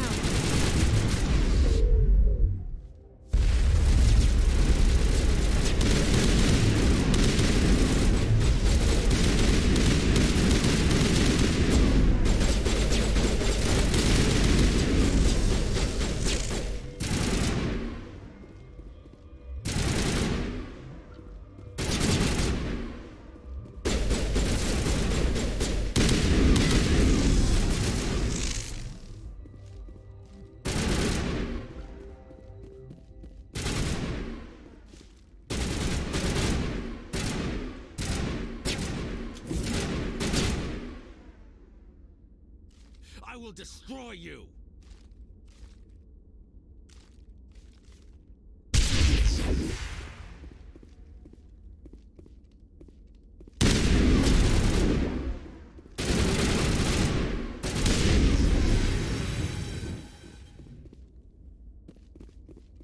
I will destroy you!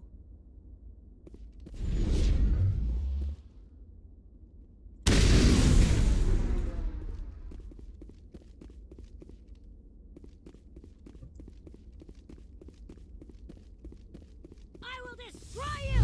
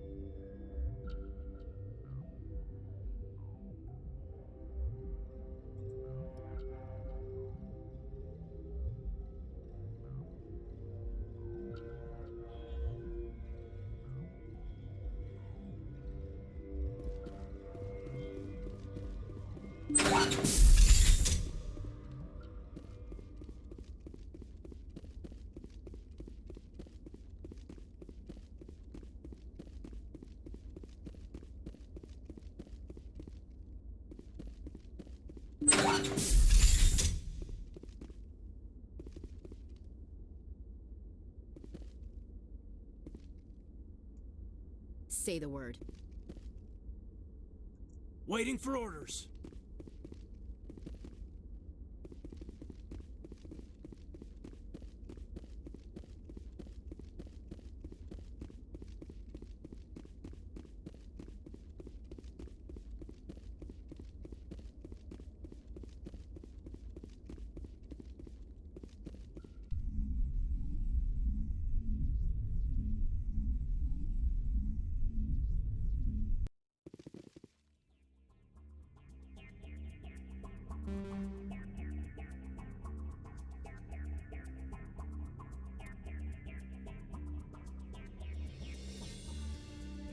Yeah.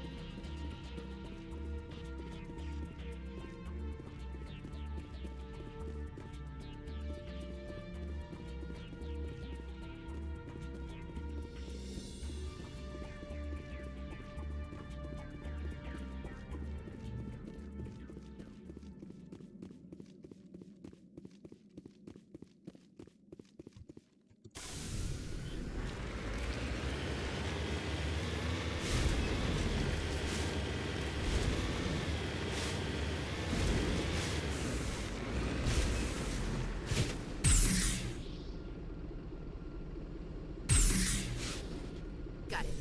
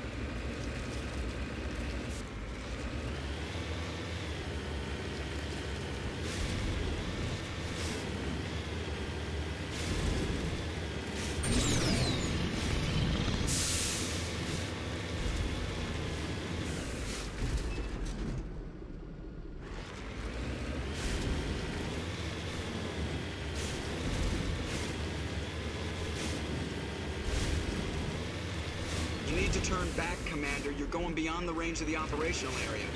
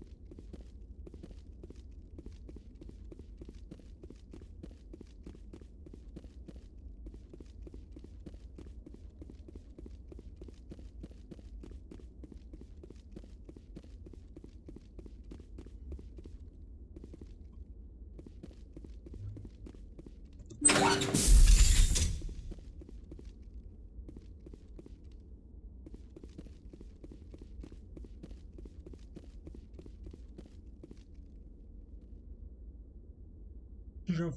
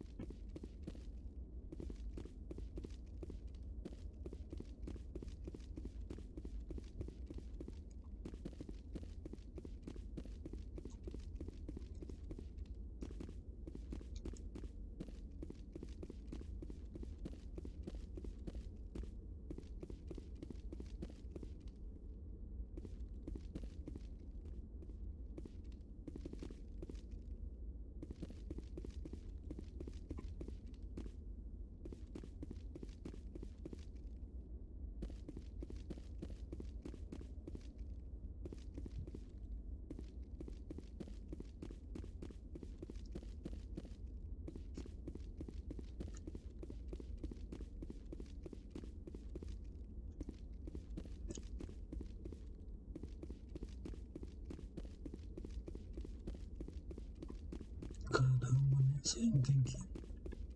Não tem. Ideia de onde tem que ir.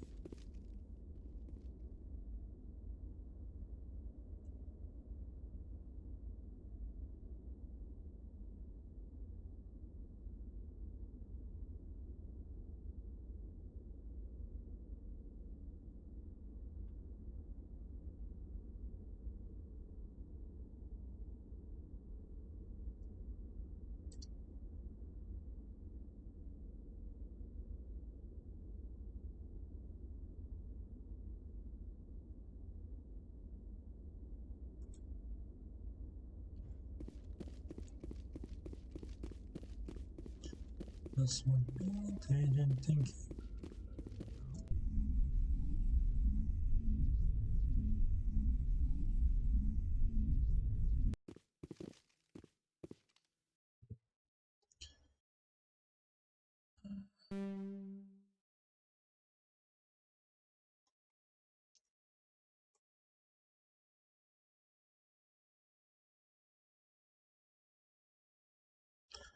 Tá, vou dar uma pesquisada, já volto.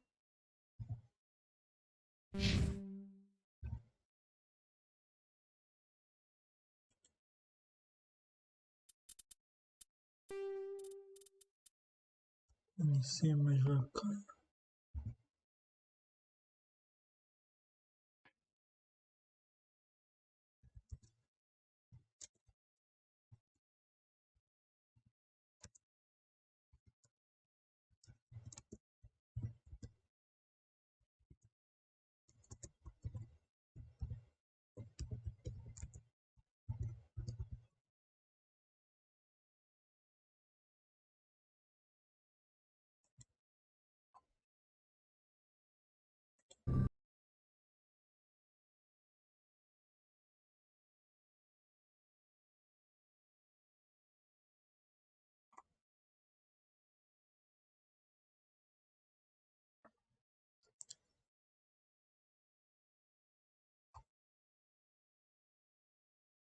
Já volto, pessoal. Tô vendo aqui o que tem que fazer.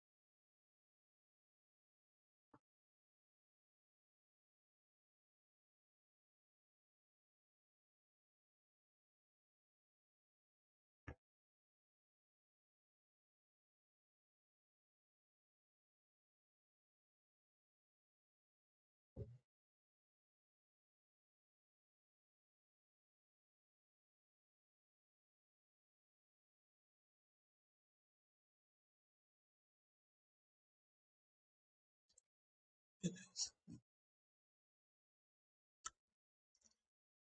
A galera descobriu o que tem que fazer.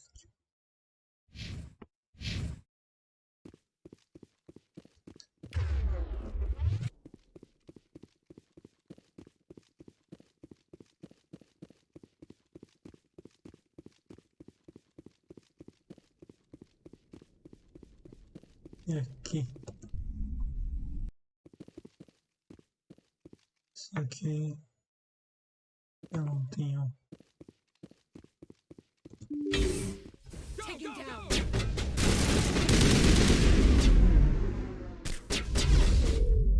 Nossa. Not in the middle of a fight! Tá bom.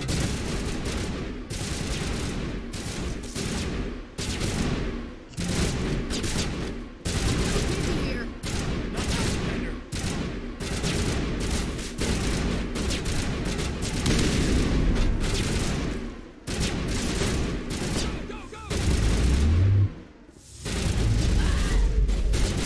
Go, go,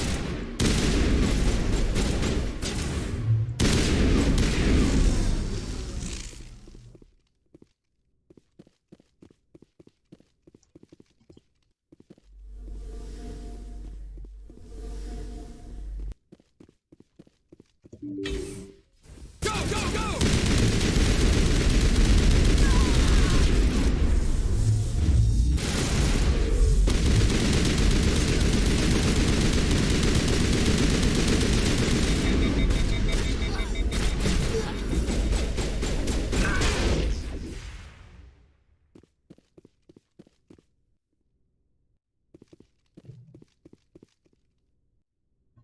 You're good to go.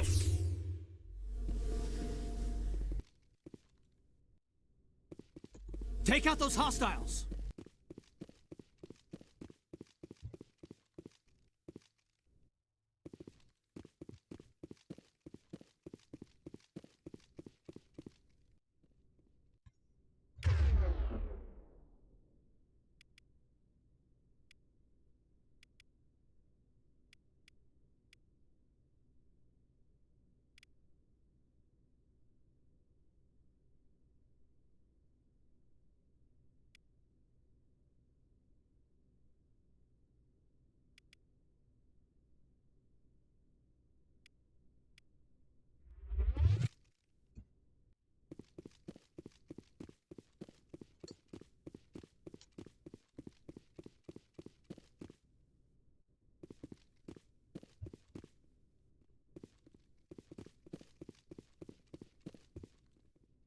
I will.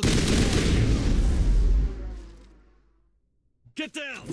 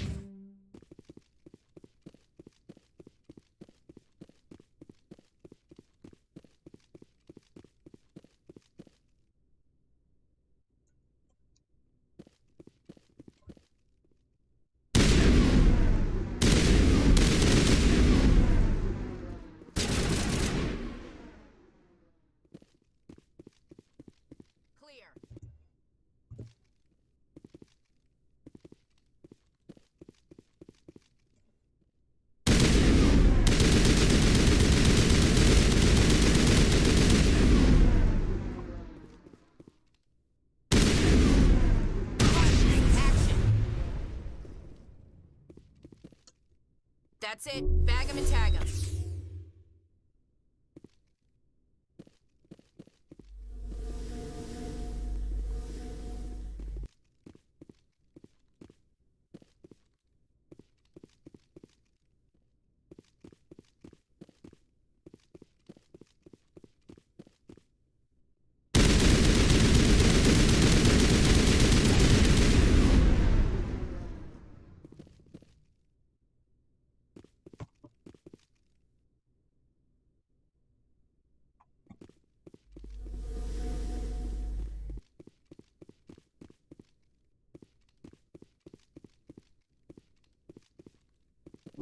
You're good to go.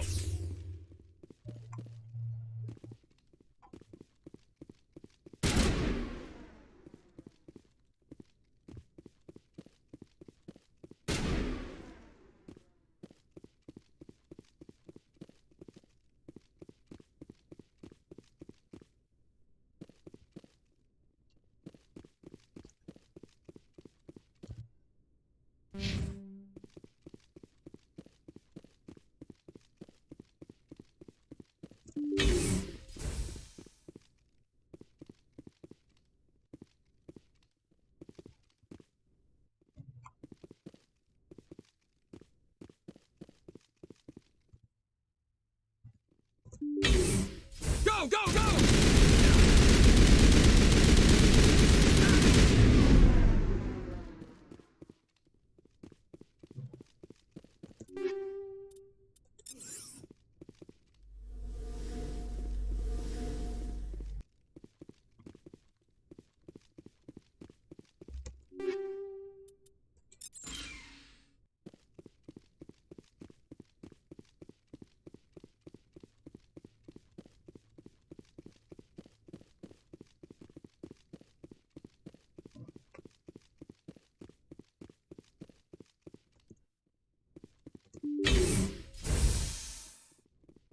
Stop!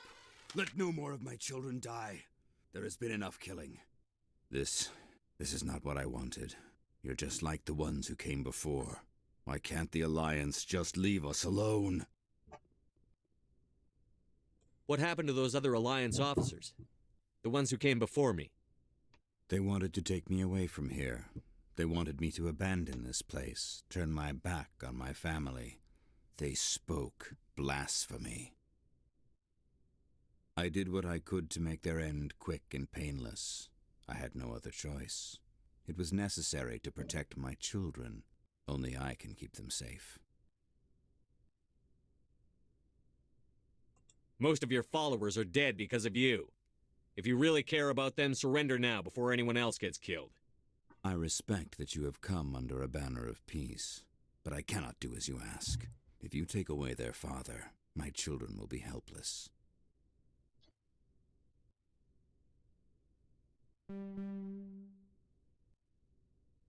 You're not leaving me much choice, Major. I speak, but you do not hear. You are like the others. A blasphemer who must die. Hostile spotted! I will destroy you! Take cover! Powering up!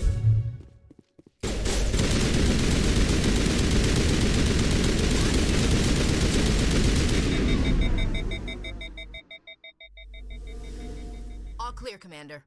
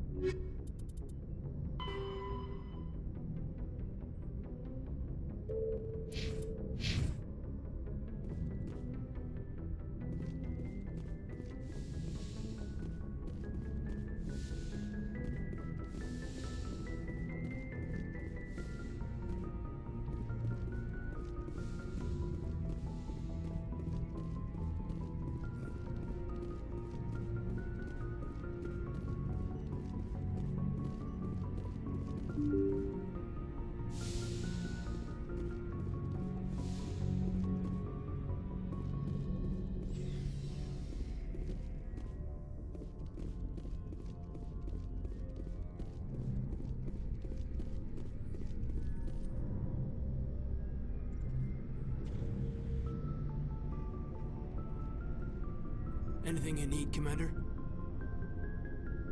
What's your opinion on the last mission? I don't see how we could have done things any better. At least not without... And we were on the scene faster than any other Alliance ship could have been. We'll talk another time, Lieutenant. Commander?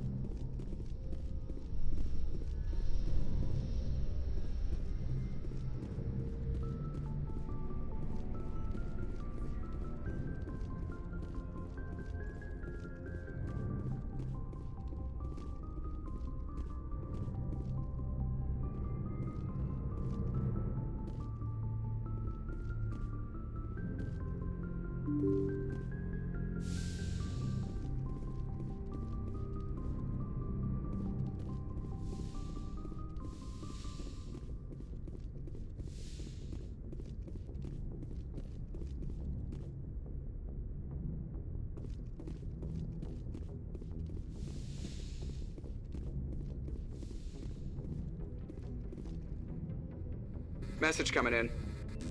Patching it through. Admiral Hackett here, Commander. Your helmsman just forwarded your report on Major Kyle.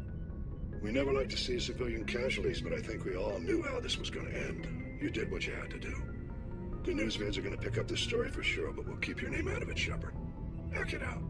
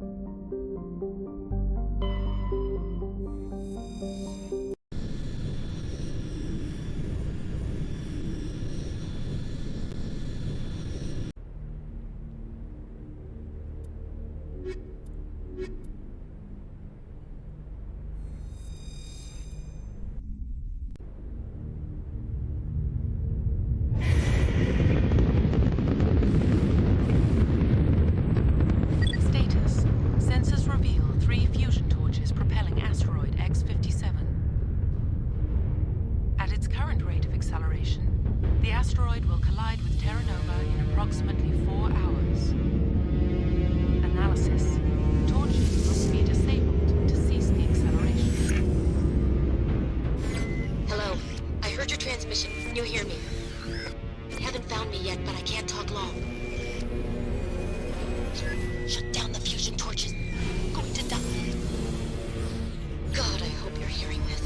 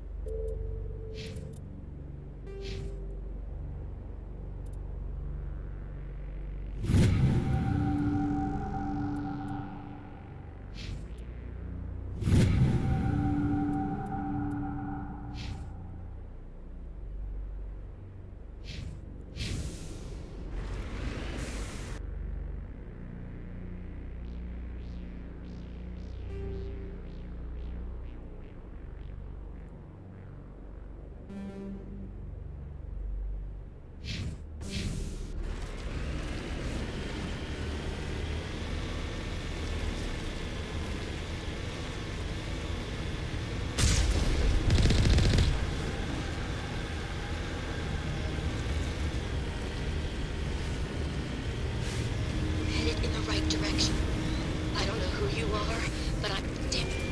Go.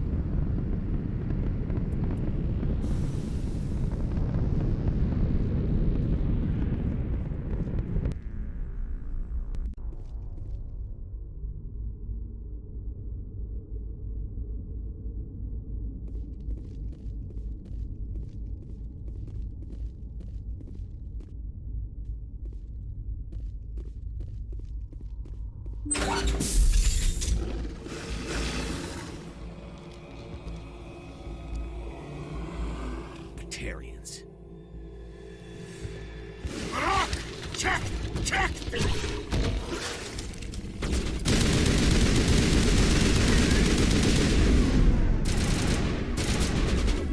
Release the barrage!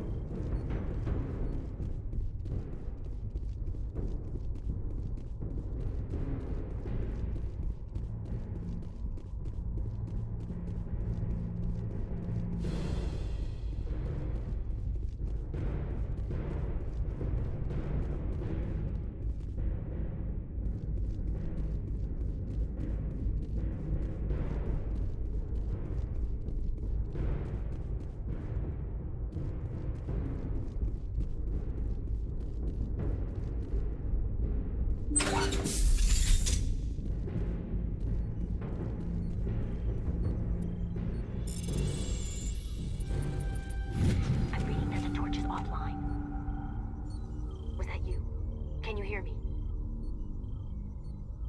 I hear you. What's going on? Who are you? My name's Kate Bowman. I'm an engineer. I was part of the team assigned to bring this asteroid to Terra Nova. We were attacked yesterday by Batarian extremists. I've been hiding since they arrived.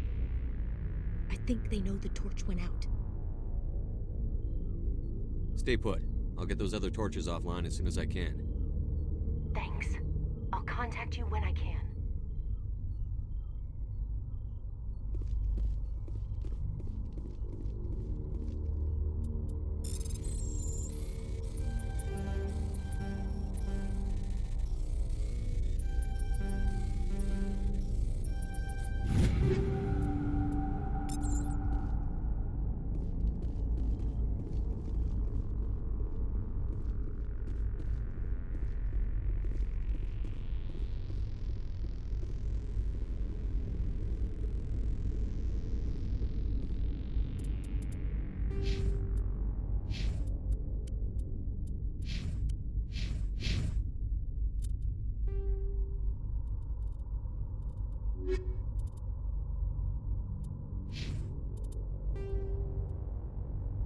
The Systems Alliance is an independent supranational government. Humanity's first contact. The Systems...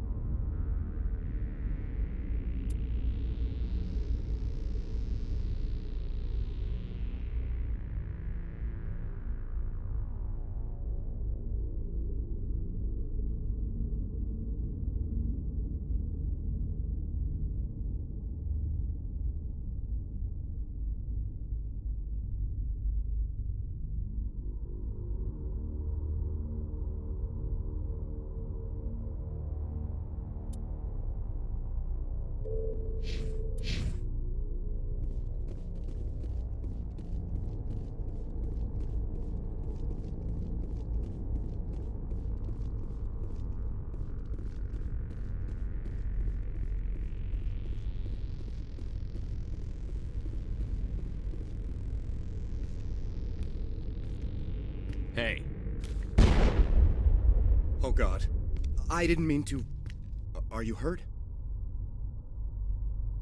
Takes more than that one shot to bring me down. Sorry. I didn't even realize you were human until... Well... I guess I'm not much of a soldier. I know you're scared, but I'm here to help. Commander Shepard, with the Alliance. Simon Atwell. I'm the chief engineer on this rock. Listen, we don't have much time. The Batarians fired up the fusion torches. You've got to shut them down before we hit Terra Nova. There are 4 million people down there, Shepard. My family. They live in Aronis. My kids and grandkids. Nice communities, good schools. I don't have time to do the math in my head. What happens if we don't stop this rock? X-57 is 22 kilometers long, twice the size of the asteroid that wiped out the Earth's dinosaurs. It would be like millions of fusion bombs striking at once. Millions. The heat of the blast. 1,000 kilometers away, clothes will ignite. There'll be global wildfires. Air shock will flatten everything for hundreds of kilometers. Terra Nova will die, Shepard. Not just our colony. The planet. There'll be a climate shift, mass extinctions. The ecosystem won't recover for thousands of years. Millions, maybe. Is there any chance it'll land in the oceans? That would be even worse.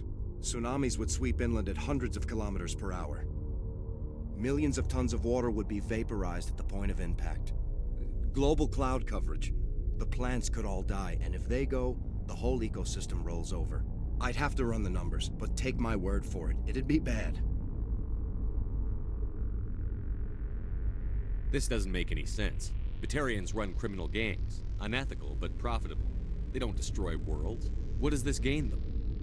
I've heard all the stories. Slave rings ranching people like animals. Pirate bands burning colonies to the ground. But this is... The Citadel conventions forbid asteroid drops. I never thought the Batarians would go this far.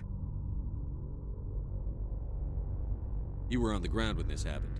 How many Batarians have you seen? And where? They landed at the main facility. It's locked down now. They've changed the passcodes. No idea what's going on inside. I did see groups head out to each of the torch stations. Couldn't say how many, though. Enough to give you a fight. Any idea who's behind this? Who's leading them? That might provide a clue. I heard a couple of them talking. They mentioned a Balak. It sounded like he's the one in charge. They didn't seem convinced this was a good idea, but they were scared of the guy. Scared enough to do what he wanted. Most Batarians aren't genocidal madmen, but these ones are terrorists. Yeah, I know. It's just... This isn't how I expected the world to be when I rolled out of bed this morning. Batarians everywhere, and I need to shut down all 3 torches. Anything else I should know? One of the torches is surrounded by live blasting caps. We were set up to excavate when we arrived at Terra Nova. I rigged them with proximity detectors. That tank of yours will set them off, so you'll have to go in on foot. Even then, they'll explode if you get too close. Just go slow and easy. You should be fine.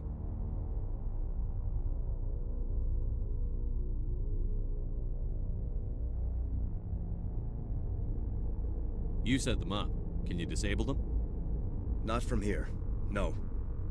There are manual controls by the entrance to the torch facility inside the blast zone. You can disarm the caps there. One last thing. I had a crew working off-site when the attack hit. I'm worried about them. These Batarians are ruthless. I saw them smash the faceplates of guys working vacuum.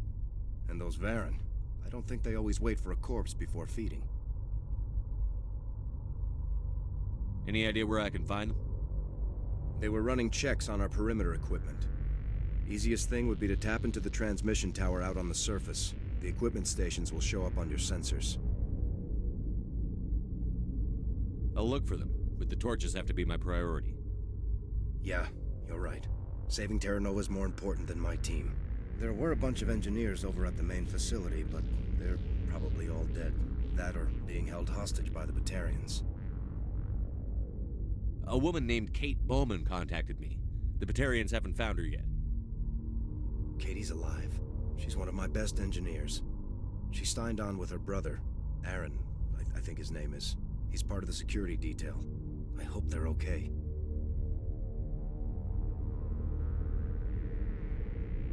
Give me a worst-case scenario. We can't stop the asteroid. Could the colony be evacuated? Shepard, it took 30 years for the population to grow that large. I'm sure they're moving people to remote areas, but they'd never be able to get more than a few thousand off-world. We just don't have enough ships. No one does. Well, maybe the Quarians, but I don't see them suddenly showing up and offering us a ride.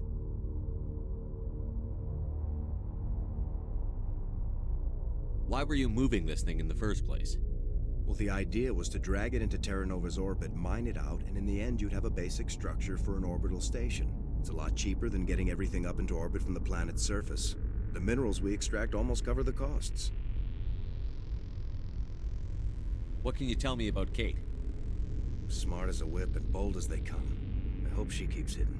If they find her... Oh, Katie, don't do anything stupid. You'd better find a good place to hide. If the Batarians come back and find you... Yeah. I think I'll make myself scarce. Good luck, Shepard.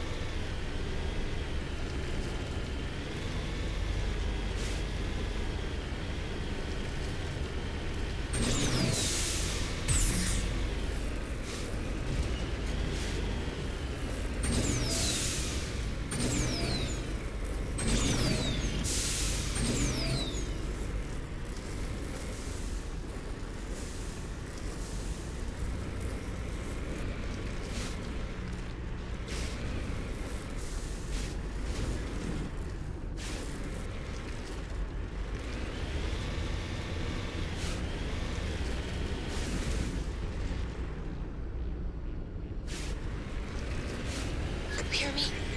Getting all kinds of interference. Damn. Sorry. There's a lot of feedback. See if I can fix it. In the meantime, just keep doing...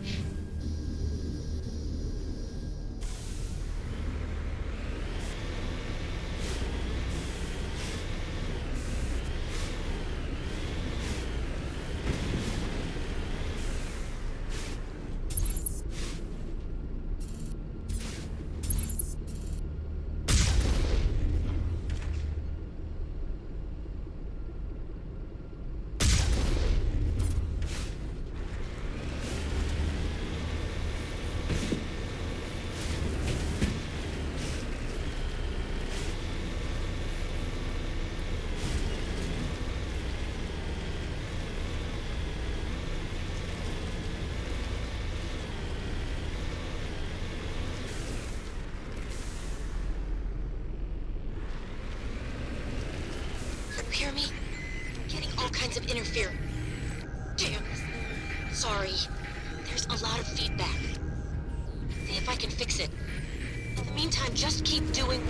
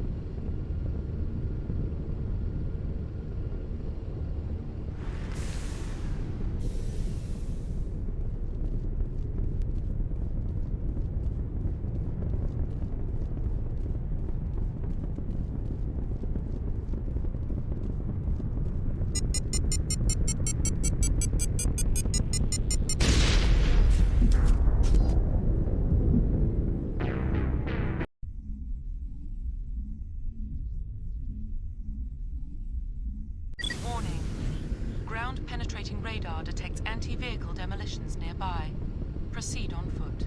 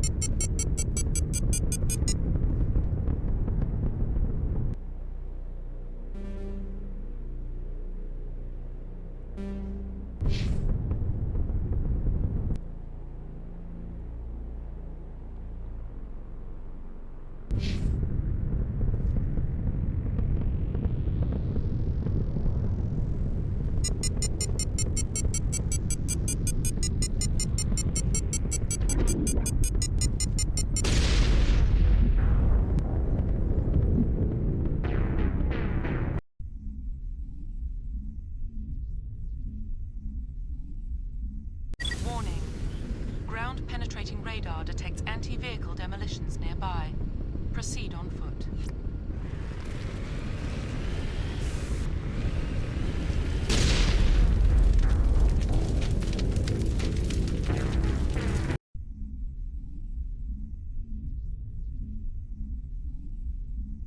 Warning. Ground-penetrating radar detects anti-vehicle demolitions nearby. Proceed on foot.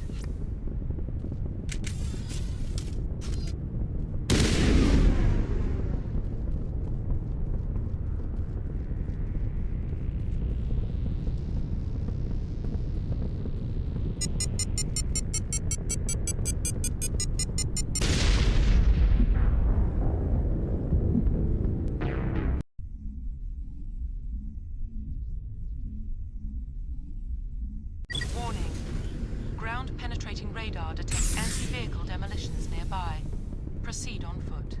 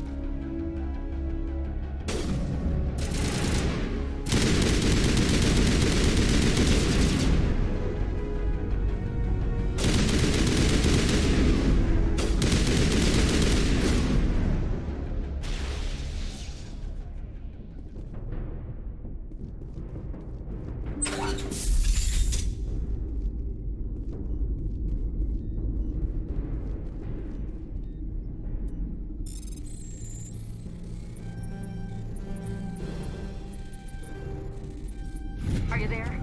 You've got to hurry. You really pissed them off. Their leader's setting charges everywhere. I think he's going to blow this whole facility. Get away from there! Don't shoot, please! No!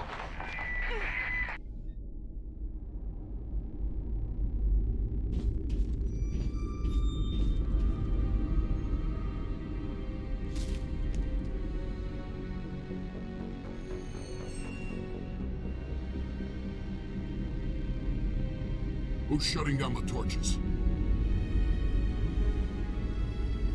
I won't ask you again.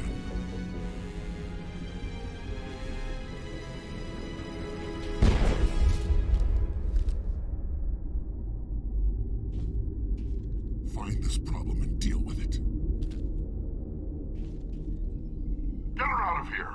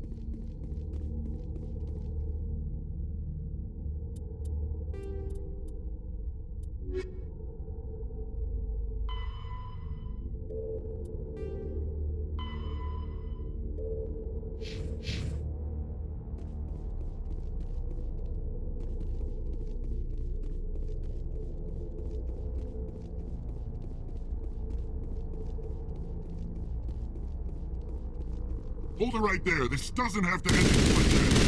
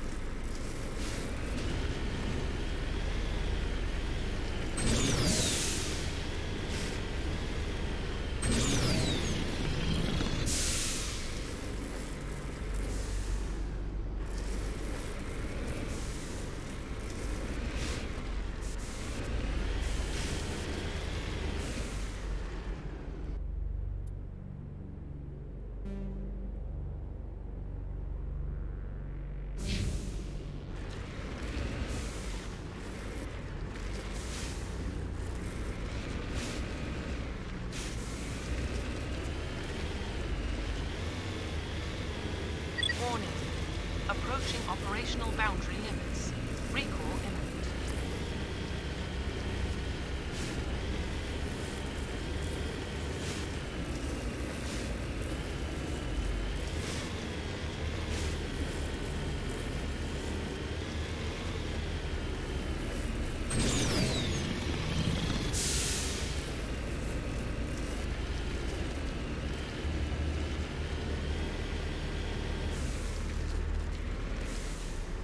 Moving out.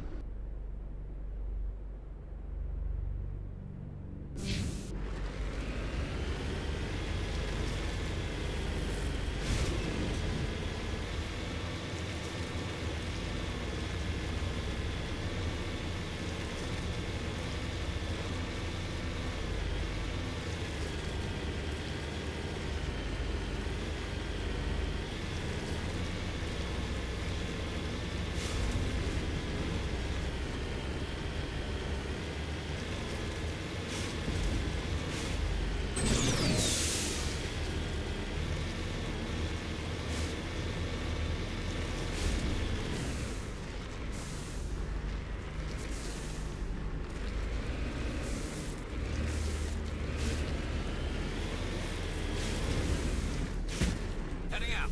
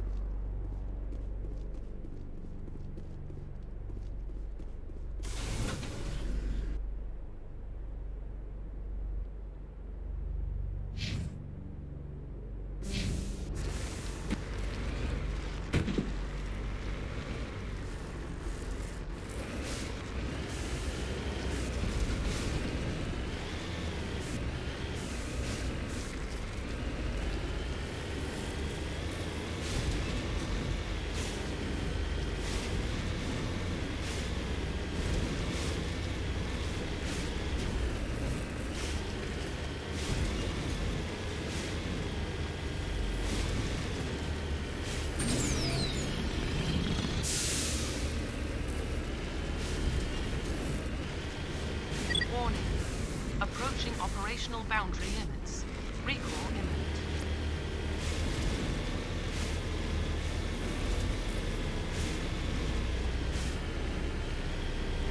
Warning. Approaching operational boundary limits. Recall imminent.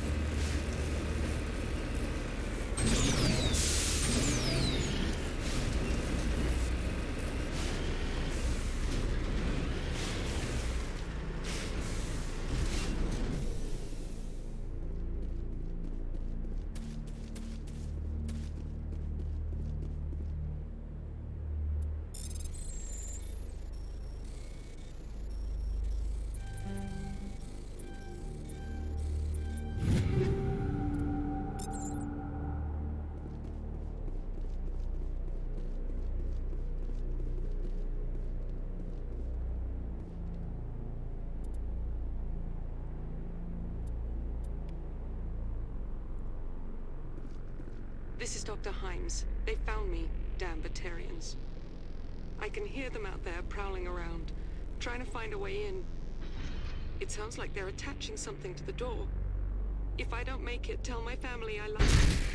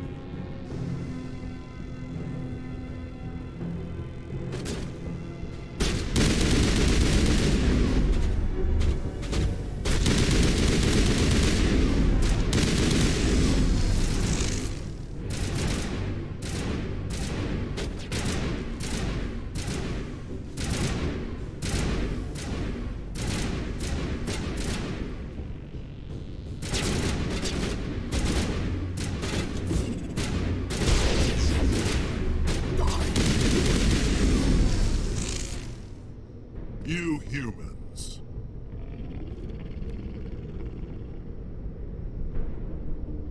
You're almost more trouble than you're worth. Let the hostages go, and maybe you'll live long enough to explain yourself to the Council. I don't answer to the Council. Or to you.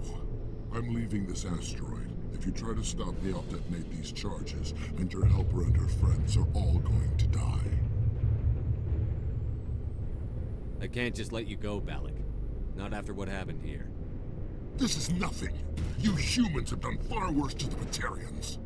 We've been forced into exile, forced to survive on what we can scrounge up. It's been like that for decades.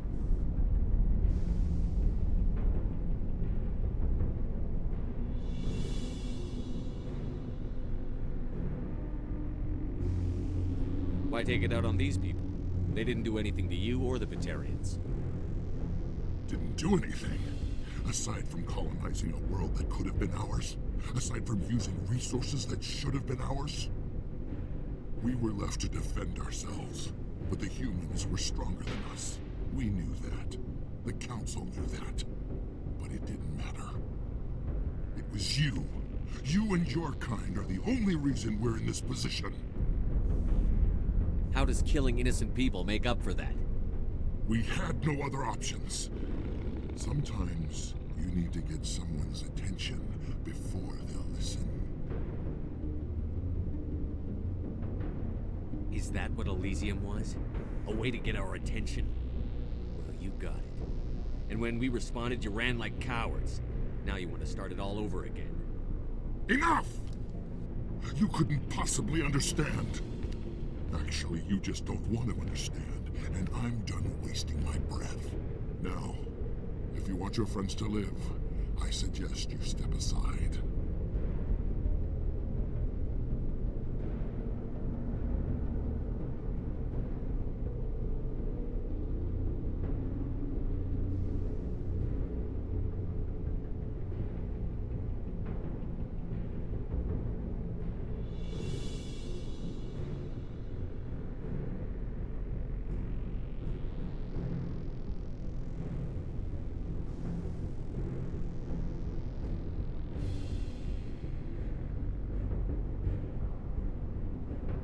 You can go.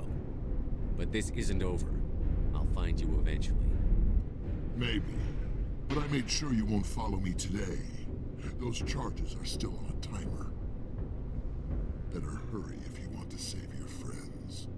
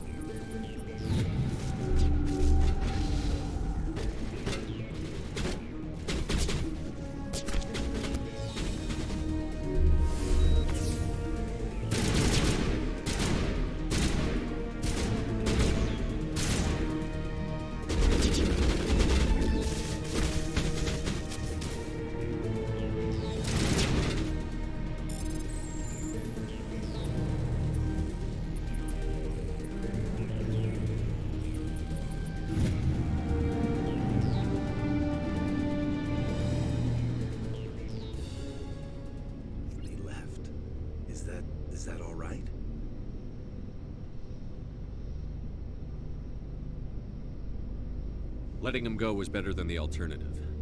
I thought you were going to stay someplace safe. There might have been something I could have done to help. I thought I should be here. I know this asteroid better than anyone. You did it. Another hour and our course would have been irreversible. I ran the numbers, Shepard. X-57 would have struck near the capital city, the most densely populated region. But that's not going to happen, thanks to you. Is Katie in here? Is she all right? Is her team? Balak was holding them hostage. I let him go to save them. Let a terrorist go or sacrifice innocent lives. I'm glad that's not a choice I had to make. Is that... Will you get in trouble for that? I mean, he could do the same thing somewhere else, couldn't he?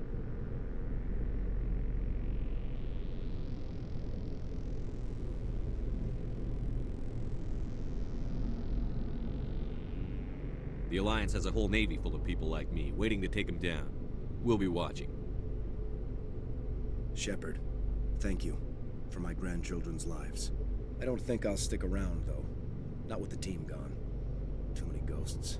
It's time for me to get back and spend some time with my family. Before I go, I'd like to offer you something. Maybe you'll have more use for it than I will. As lead engineer, I get some quality items. Take your pick. You've earned it. I know it's a lot to ask, but that Omni tool of yours? I could really use something like that. Shepard, I think I mentioned that you saved my kids and grandkids. What's an Omni tool compared to that?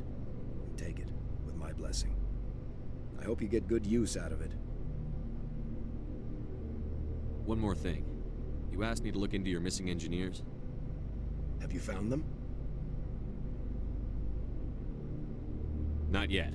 Can you think of anything that would help me find them? See if you can tap into our transmission tower out on the surface. Their equipment sheds will show up on your sensors. Take care of yourself. Be well, Shepard. We owe you.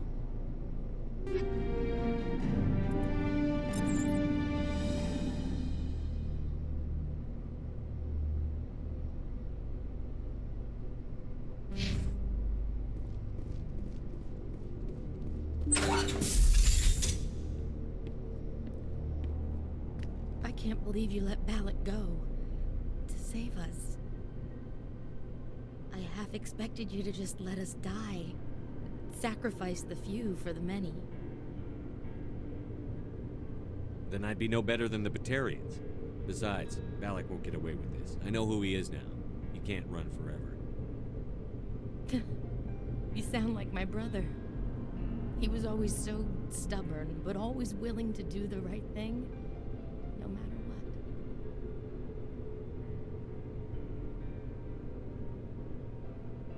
what. I wish I could have saved him, too. It's not your fault. You did what you could. At least Aaron died in a place he loved. He was the one who convinced me to join the team here. Said it would be an adventure.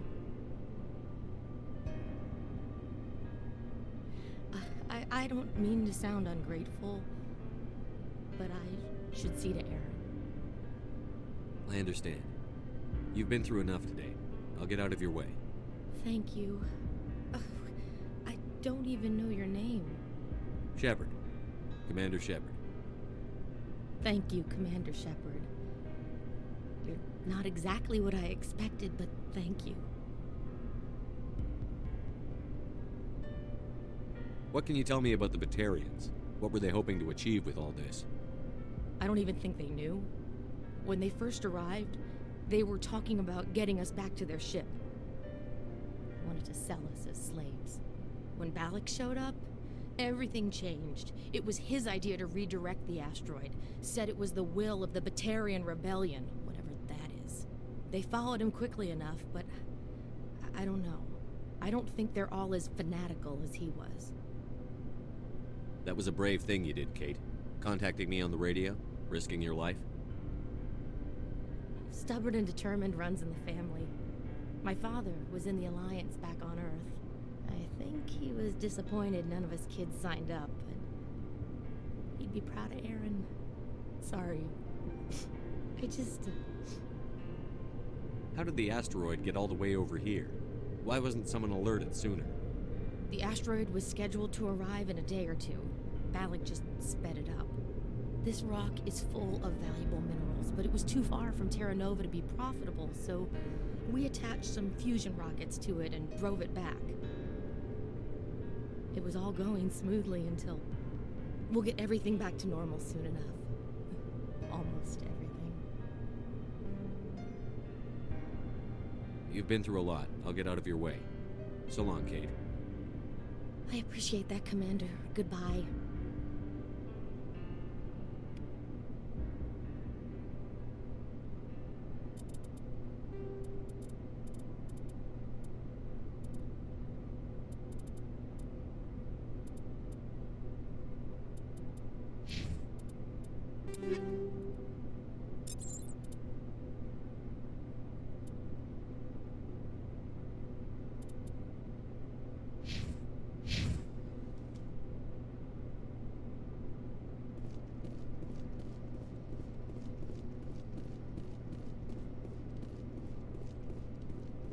Thank you so much. I thought we were all dead. Thank you again, Commander. You've done more than you know.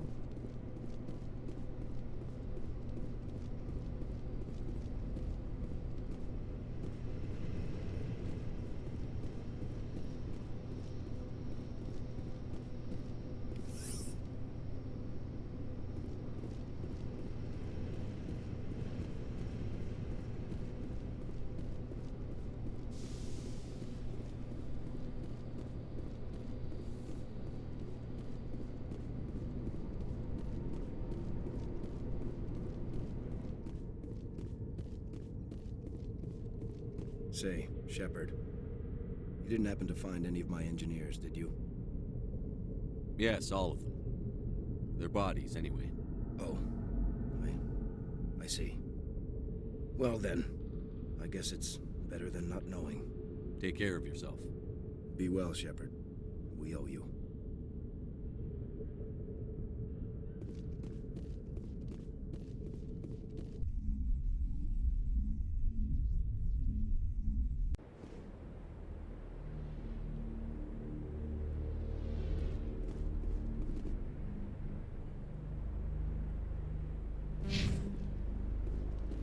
É isso aí, minha gente. Salvamos a Terra Nova.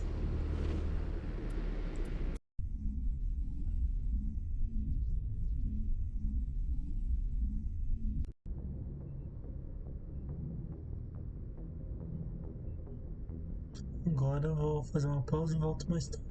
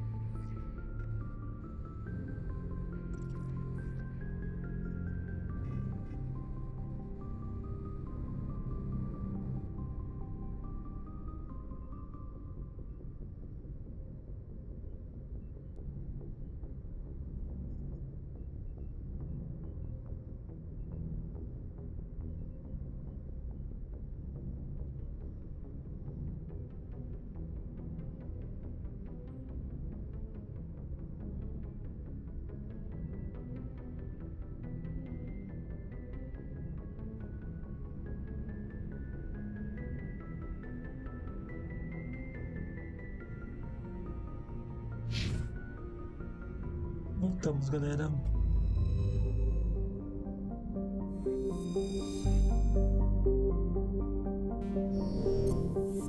Detonência Asari.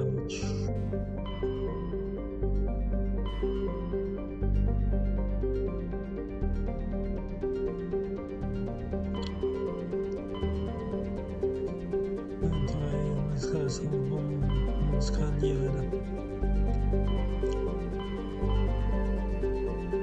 Então, pessoal, essa da escavação da Liara vai ser a última coisa que eu vou fazer por hoje.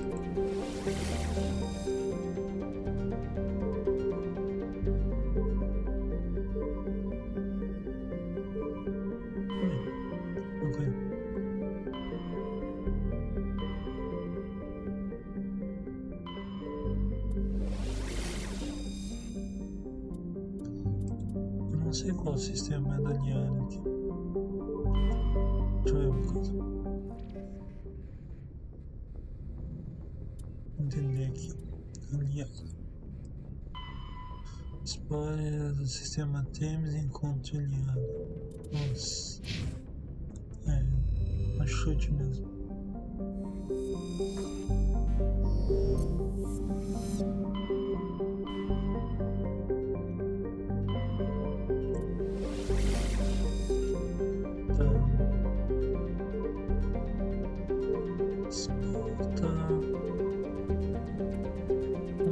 Isso daqui.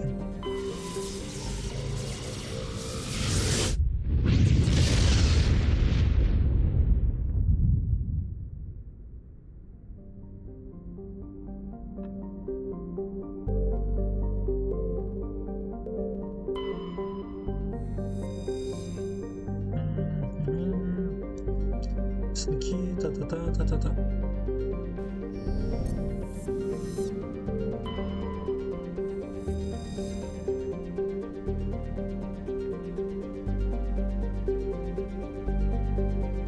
Isso aqui, beleza.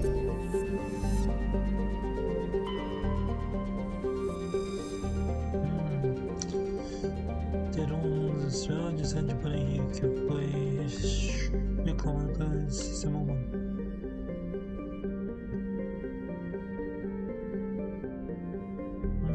Vale a pena dar uma explorada, ver o que tem aqui.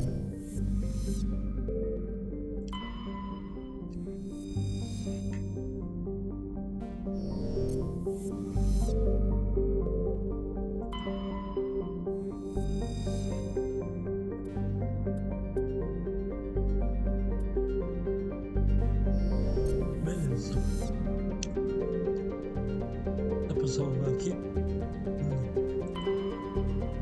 Vamos ver esse daqui primeiro.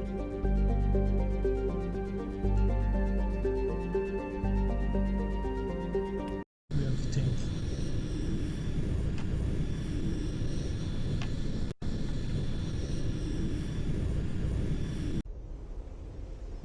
Quem que a gente vai levar?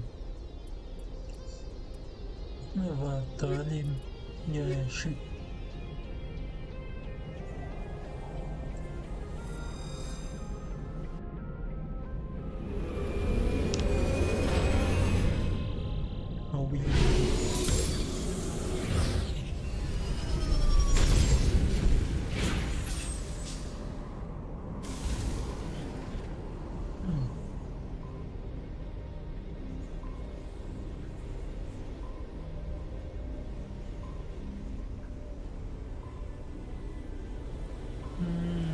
Commander, I'm picking up some strange readings.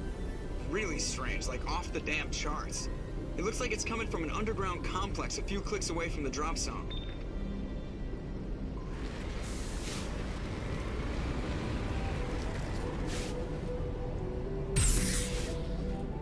Dá pra sair aqui? Dá, né?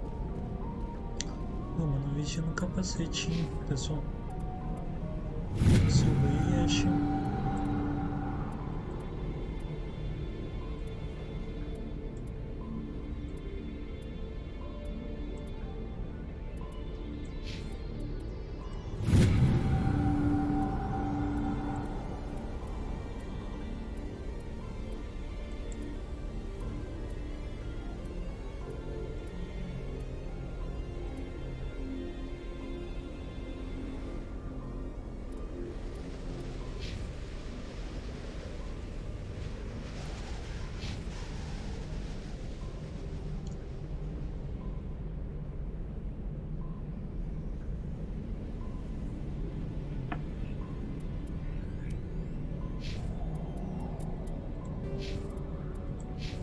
Ah, tá ali, já tá no equipamentos. Eu não encontrei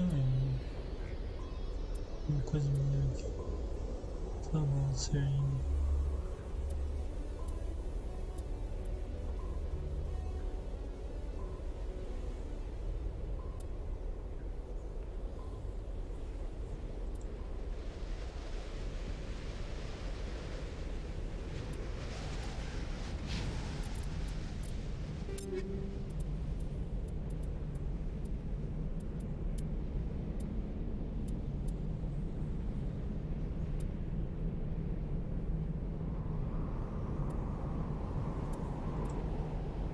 Esse daqui é minha Storm 3.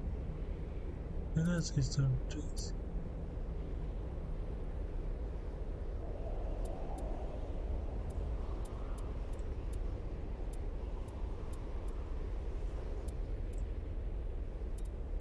Esse aqui não usa escopeta.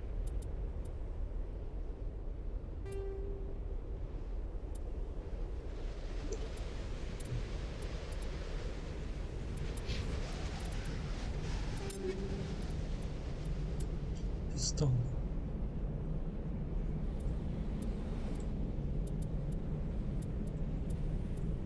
E aqui é tudo estranho aqui. É mesmo. Age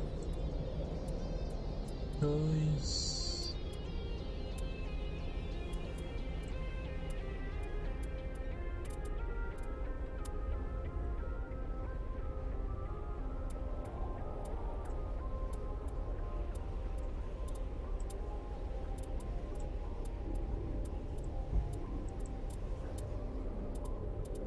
Então, granadas.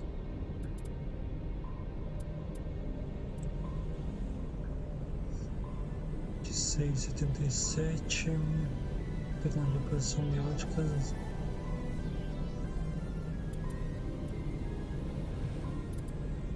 Mesmo. Não, esse é assassino, esse é gladiador.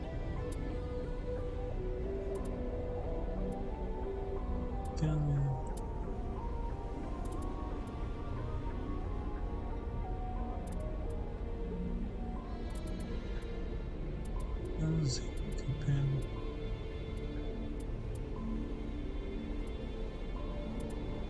Não manda praticamente nada.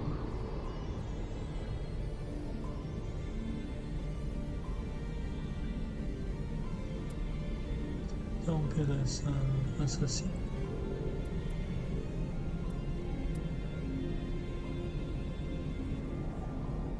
Sim.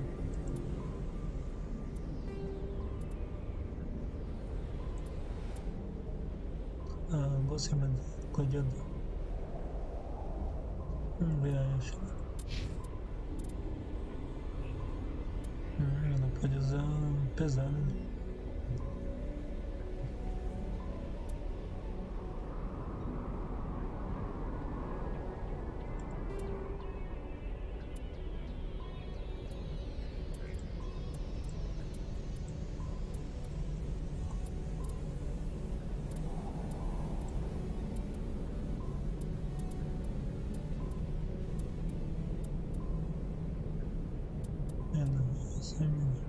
Não tá carregada, né? Tá.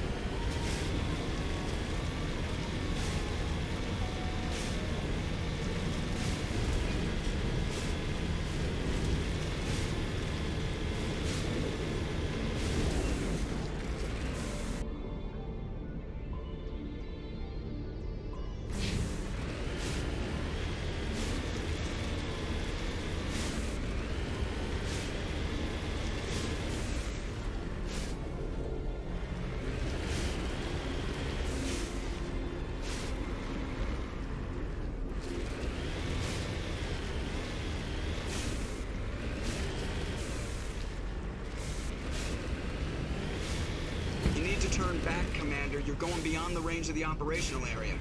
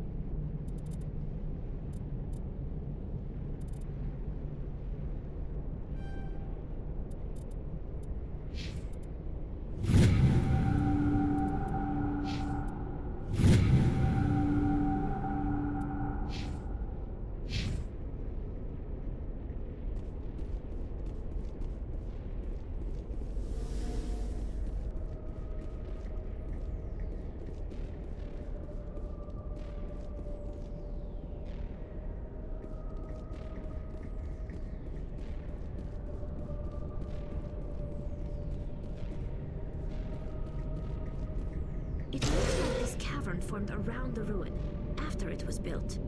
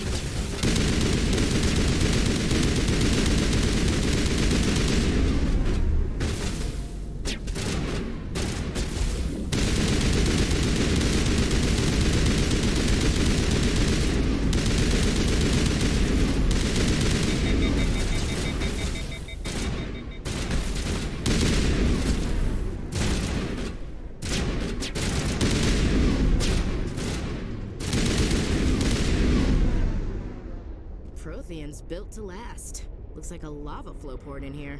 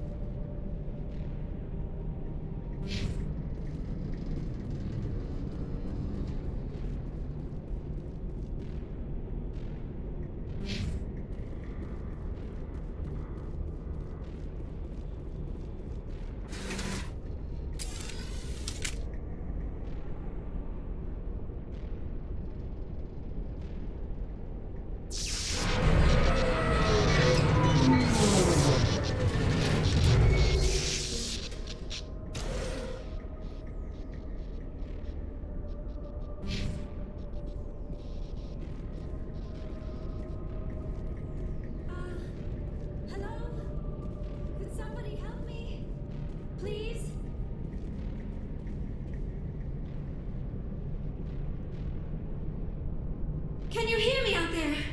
I'm trapped. I need help. Are you okay? What happened to you?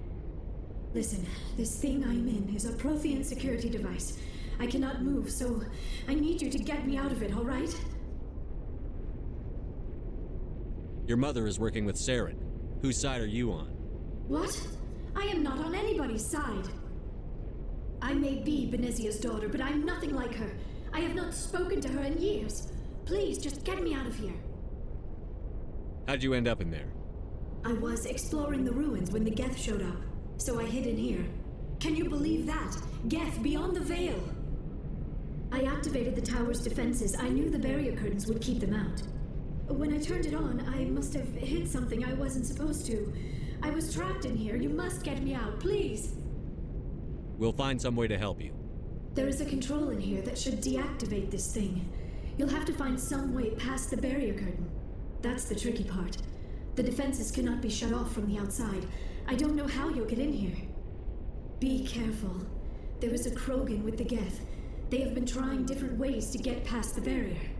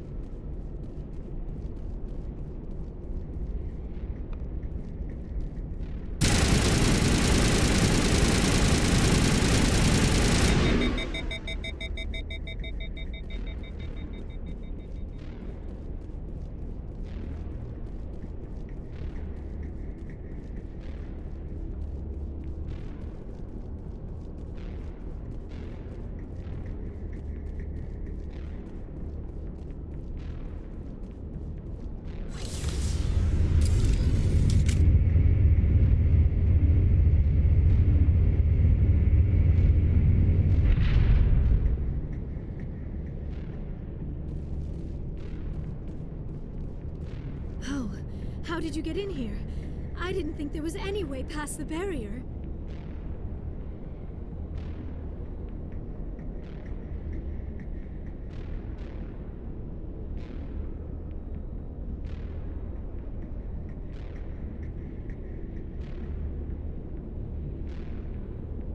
We have to get you out of here before more Geth arrive.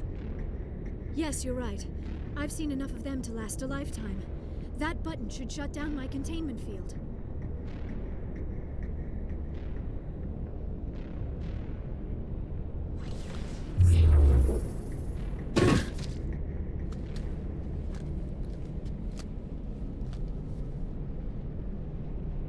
Any idea how we get out of this place? There is an elevator back in the center of the tower. At least I think it's an elevator. It should take us out of here. Come on! I still cannot believe all this. Why would the Geth come after me?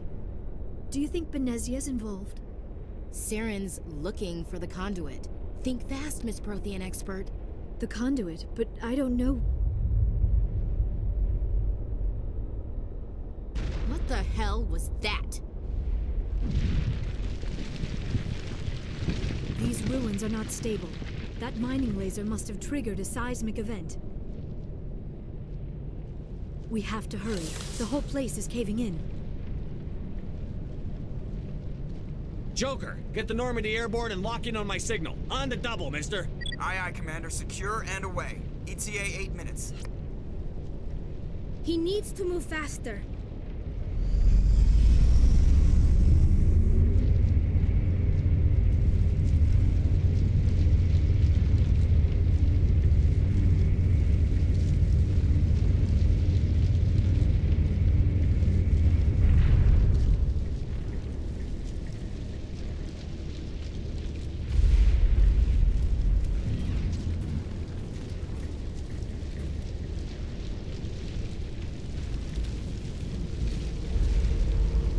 Surrender. Or don't. That would be more fun.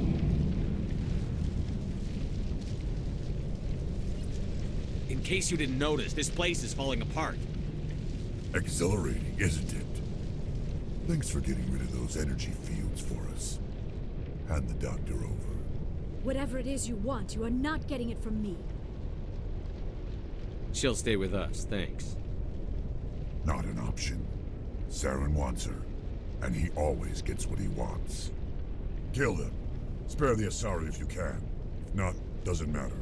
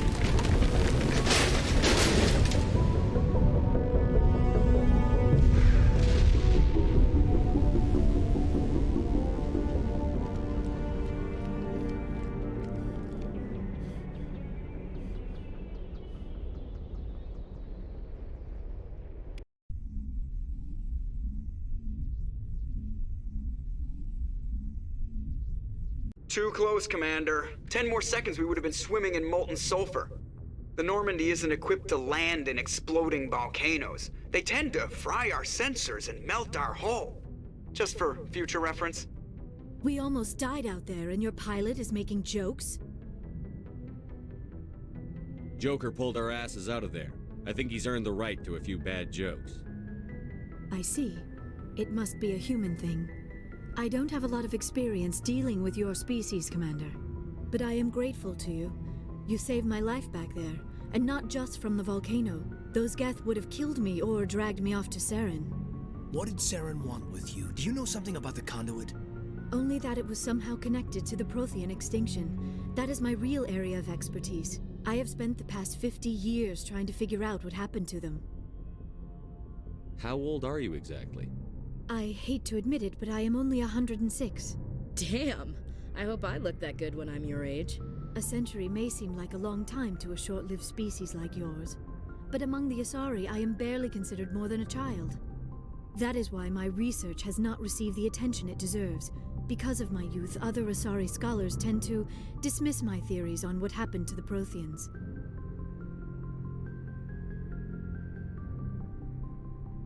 I've got my own theory on why the Protheans disappeared. With all due respect, Commander, I have heard every theory out there. The problem is finding evidence to support them. The Protheans left remarkably little behind. It is almost as if someone did not want the mystery solved. It is like someone came along after the Protheans were gone and cleansed the galaxy of clues. But here is the incredible part. According to my findings, the Protheans were not the first galactic civilization to mysteriously vanish. This cycle began long before them. Where'd you come up with this theory? I thought there wasn't any evidence. I have been working on this for 50 years. I have tracked down every scrap and shred of evidence. Eventually, subtle patterns start to emerge, patterns that hint at the truth. It is difficult to explain to someone else. I cannot point to one specific thing to prove my case. It is more a feeling derived from a half-century of dedicated research. But I know I'm right, and eventually I will be able to prove it. There were other civilizations before the Protheans. This cycle has repeated itself many times over. If the Protheans weren't the first, then who was? I don't know. There is barely any evidence on the Protheans, even less on those who came before them. I cannot prove my theory, but I know I am right. The galaxy is built on a cycle of extinction. Each time a great civilization rises up, it is suddenly and violently cast down. Only ruins survive. The Protheans rose up from a single world until their empire spanned the entire galaxy. Yet even they climbed to the top on the remains of those who came before. Their greatest achievements, the mass relays and the Citadel, are based on the technology of those who came before them. And then, like all the other forgotten civilizations throughout galactic history, the Protheans disappeared. I have dedicated my life to figuring out why. They were wiped out by a race of sentient machines. The Reapers. The Reapers? But I have never heard of. How do you know this? What evidence do you have? There was a damaged Prothean beacon on Eden Prime. It burned a vision into my brain. I'm still trying to sort out what it all means. Visions? Yes, that makes sense. The beacons were designed to transmit information directly into the mind of the user. Finding one that still works is extremely rare. No wonder the Geth attacked Eden Prime. The chance to acquire a working beacon, even a badly damaged one, is worth almost any risk. But the beacons were only programmed to interact with Prothean physiology. Whatever information you received would have been confused, unclear. I am amazed you were able to make sense of it at all. A lesser mind would have been utterly destroyed by the process. You must be remarkably strong-willed, Commander. Okay, this isn't helping us find Saren or the conduit. Of course, you're right. I am sorry, my scientific curiosity got the better of me. Unfortunately, I do not have any information that could help you find the conduit, or Saren. I don't know why Saren wanted you out of the picture, but I think we'll be a lot better off if we bring you along. Thank you, Commander. Saren might come after me again. I cannot think of anywhere safer than here on your ship. And my knowledge of the Protheans might be useful later on. And her biotics will come in handy when the fighting starts. Good to have you on the team, Liara. Thank you, Commander. I am very grateful. Oh, I am afraid I am feeling a bit lightheaded. When was the last time you ate or slept? Dr. Chakwa should take a look at you. It is probably just mental exhaustion, coupled with the shock of discovering the Protheans' true fate. I need some time to process all this. Still, it could not hurt to be examined by a medical professional. It will give me the chance to think things over. Are we finished here, Commander? We can talk again after you've seen the doctor. The rest of you, dismissed. Mission reports are filed, Commander. You want me to patch you through to the Council? Patch him through, Joker. Setting up the link now, Commander. We've received your report, Commander. I understand Dr. Tassoni is on the Normandy.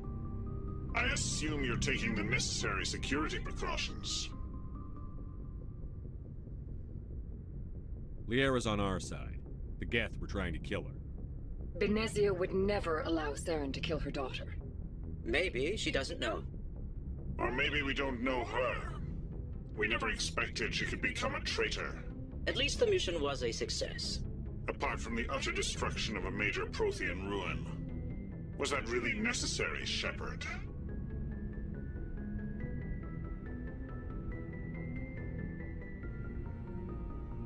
The Geth were crawling all over those ruins. We were lucky to make it out alive. Of course, Commander. The mission must always take priority. Good luck, Commander. Remember, we are all counting on you.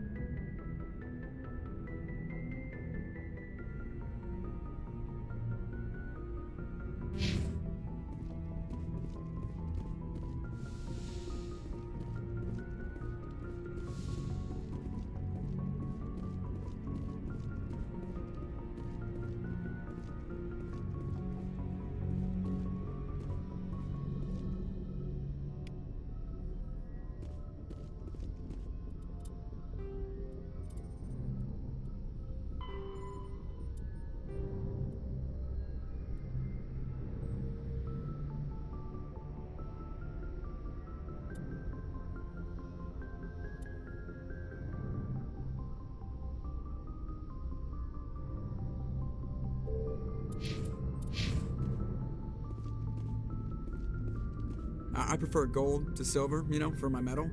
I figured you'd recommend me for one since I, pulled your boots out of the fire.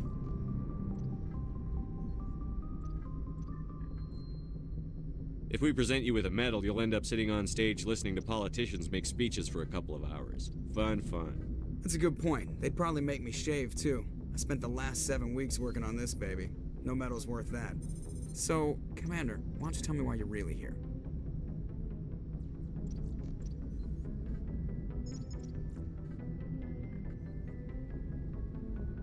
I like to know my crew.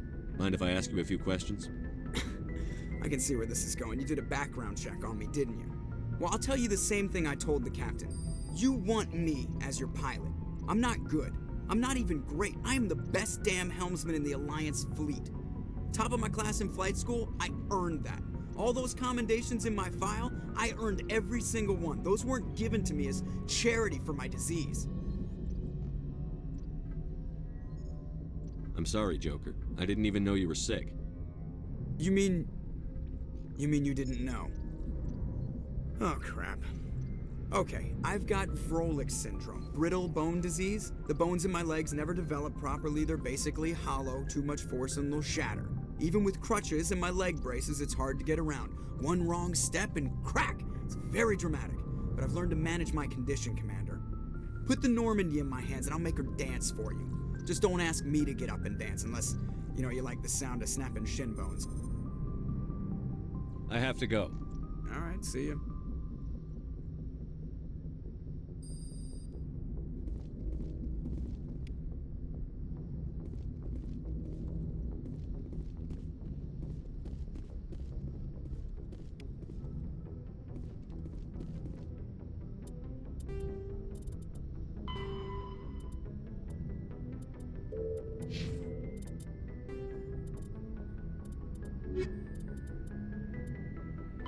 Larger ship mobility dominates space combat.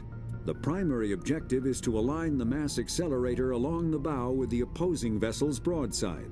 Battles typically play out as artillery duels, fought at ranges measured in thousands of kilometers, though assaults through defended mass relays often occur at knife fight ranges, as close as a few dozen kilometers.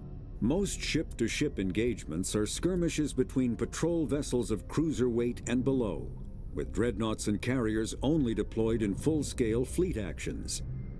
Battles in open space are short and often inconclusive, as the weaker opponent typically disengages.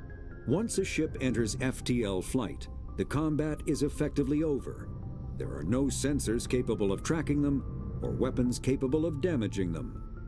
The only way to guarantee an enemy will stand and fight is to attack a location they have a vested interest in, such as a settled world or a strategically important mass relay.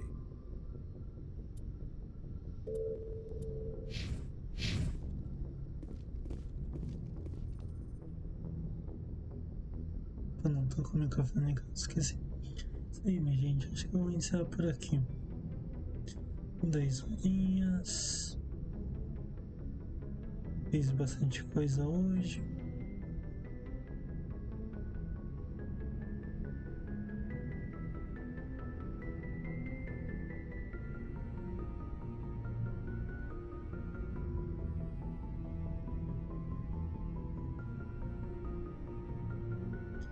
E vamos lá, né?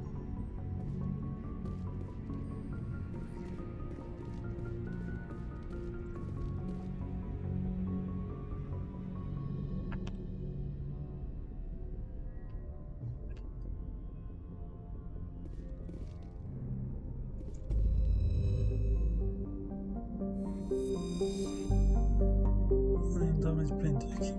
Explodir tudo.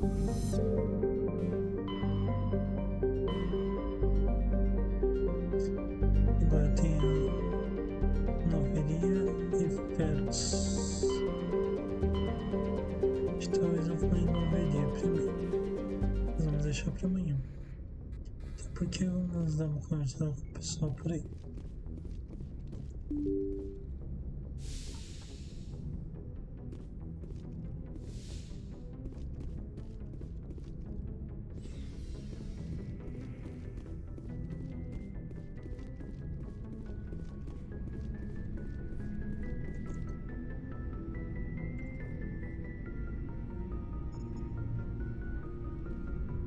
Anything you need, Commander?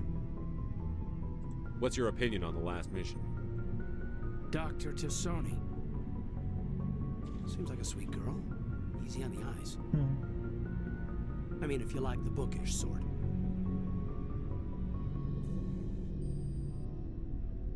Any intentions there, Lieutenant? No, Commander. Just art appreciation. We'll talk another time, Lieutenant. Commander?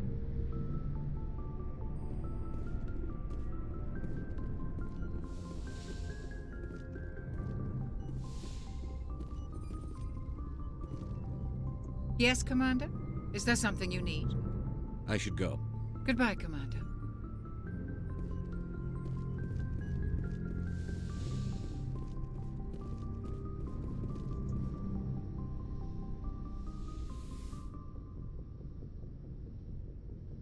I never properly thanked you for saving me from the Geth, Commander.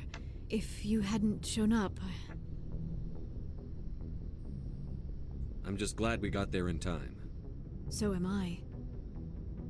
I know you took a chance bringing me aboard this ship. I have seen the way your crew looks at me. They do not trust me. But I am not like Benezia. I will do whatever I can to help you stop Saren. I promise. Don't worry, Liara. I trust you. I know you won't let me down. It means a lot to hear you say that, Commander. Thank you. Do you know why Benezia joined up with Saren? I don't understand it. She was always outspoken about the need for the Asari to become more involved in shaping galactic events. Maybe she thought allying herself with Saren would somehow be for the greater good in the long run. At least I hope so.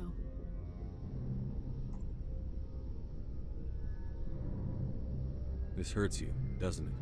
None of this makes any sense to me. I have not spoken to Benezia in many years, but I know her, and this was not like her. Something changed.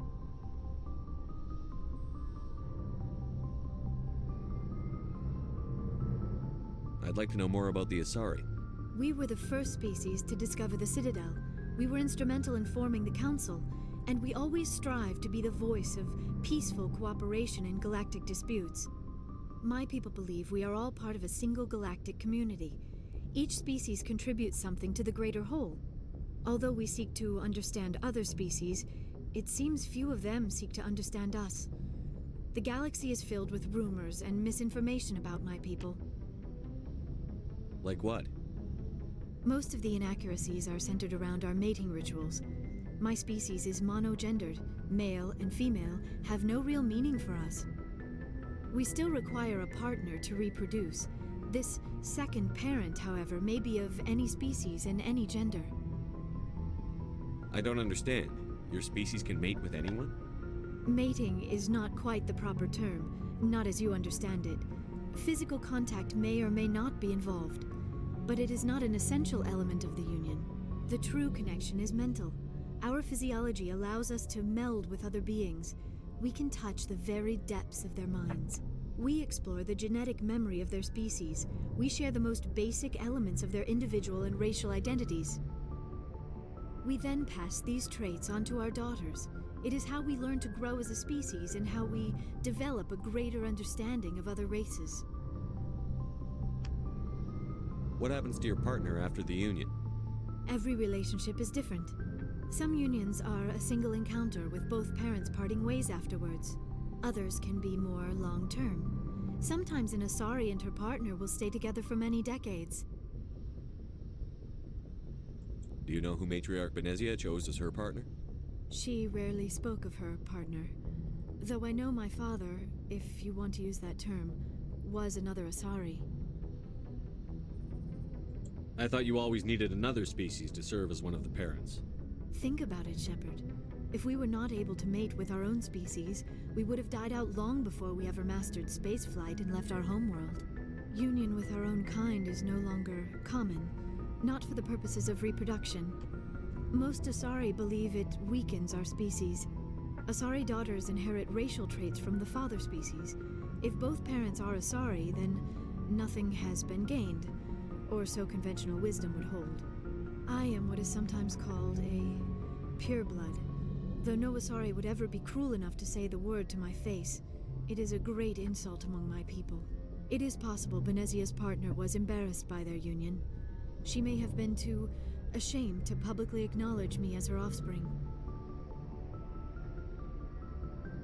Maybe she wanted to meet you but couldn't. Something could have happened to her. Maybe she passed away. You might be right. I hope you are.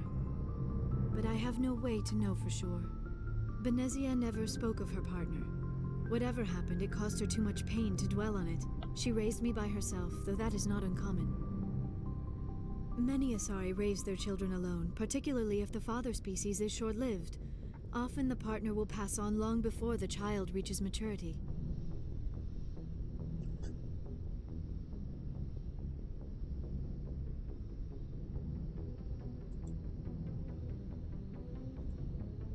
You Asari live for 1,000 years. What happens when your partner dies? Few sapient species live as long as my kind. We have learned to take a philosophical approach to our unions. We do not focus on the inevitable loss of our partners. Instead, we enjoy the time we spend with them. And even after they're gone, a part of them lives on in us. The union is a connection that transcends both time and space.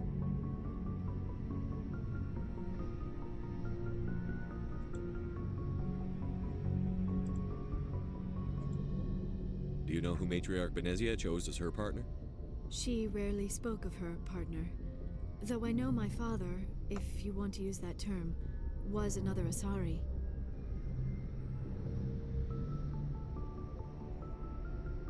Benezia never told you her partner's name? Union with our own kind is no longer common, not for the purposes of reproduction. Asari daughters it is possible Benezia's partner was embarrassed by their union. She may have been too ashamed. Maybe she wanted to meet. Benezia... Many Asari raise their children alone, particularly if the father species is short-lived. I should go. Goodbye, Commander. I get the feeling you want to ask me something, Commander. Tell me about yourself, Liara. Me? I am afraid I am not very interesting, Commander. I spend most of my time on remote digs, unearthing mundane items buried in long-forgotten Prothean ruins. Sounds dangerous. And lonely. Sometimes I would run afoul of indigenous life forms or stumble across a small band of mercenaries or privateers, but I was always careful. Until the Geth followed me to Artemis Tau, I never found myself in any situation my biotics could not handle. As for the solitude, well, that is one aspect that most appealed to me. Sometimes I just need to get away from other people. You don't like other people? I suppose it comes from being a matriarch's daughter. People expected me to follow in Benezia's footsteps. They wanted me to become a leader of our people. Matriarchs guide their followers into the future. They seek the truth of what is yet to come. Maybe that's why I became so interested in the secrets of the past. It sounds so foolish when I say it out loud. It sounds like I became an archaeologist simply to spite Benezia. All children rebel against their parents. It's a natural part of growing up. Aha, you share the wisdom of the matriarch, Shepard. That is exactly what Benezia said when I told her of my decision. But there was more to it than that. I felt drawn to the past. The Protheans were these wondrous, mysterious figures. I wanted to know everything about them. That is why I find you so fascinating. You were marked by the beacon on Eden Prime. You were touched by working Prothean technology. Sounds like you want to dissect me in a lab somewhere. What? No! I did not mean to insinuate. I never meant to offend you, Shepard. I only meant that you would be an interesting specimen for an in-depth study. No, that's even worse. Calm down, Liara. I was only joking. Joking? Oh, by the goddess, how could I be so dense? You must think I am a complete and utter fool. Now you know why I prefer to spend my time in the field with data disks and computers. I always seem to say something embarrassing around other people. Please, just pretend this conversation never happened.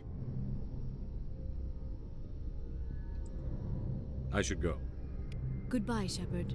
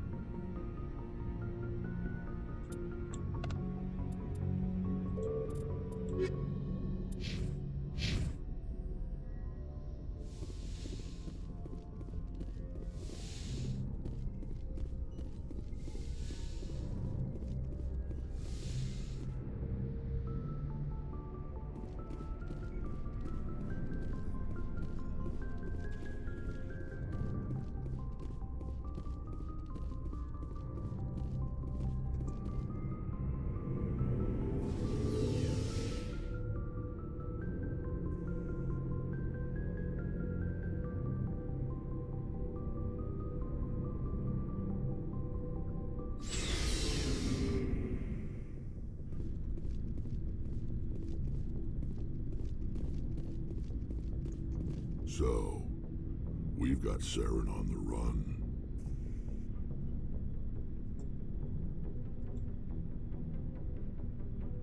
won't be long now. Saren's good, but I'm better. Good? He's rotten. To the core. I could tell as soon as I met him. Why didn't you tell me this sooner? I would have if I thought it was important. I think I'd like to hear about it just the same. This was a while ago. A bunch of mercs were bragging about a job out near the edges of the Terminus systems. They said it paid well and the boss was never around to ride them. They said he was looking for more men, too. So I checked it out. I didn't know Saren was openly recruiting mercs. It wasn't that open, and he only showed his face once. We'd been raiding ships in the area for months when we took out this massive cargo freighter. Our biggest haul yet. I was on board checking bodies for valuables, looking for some extra credits. That's when I saw him. What did Saren want with the ship? I don't know what he wanted.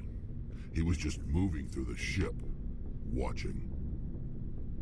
Couple of the mercs called him by name, but he never spoke to them.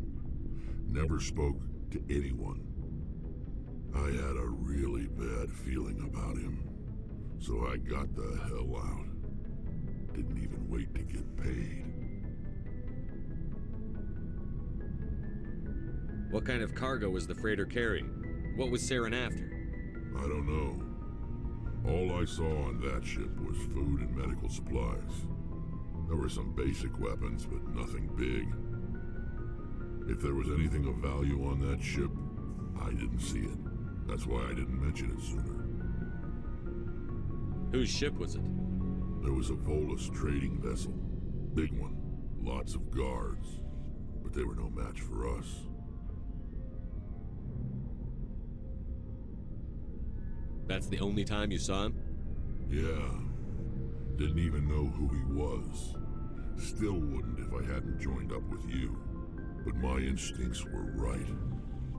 Every other merc on that mission turned up dead within a week. Every damn one.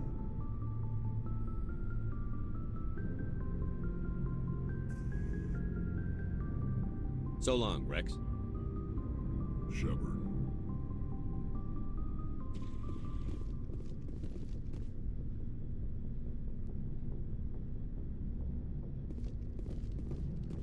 Commander, you have a minute to talk? I keep an open door policy. If you have any concerns, lay them on me. All right. I know things are different aboard the Normandy, but I'm concerned about the aliens, Vicarian and Rex. With all due respect, Commander, should they have full access to the ship?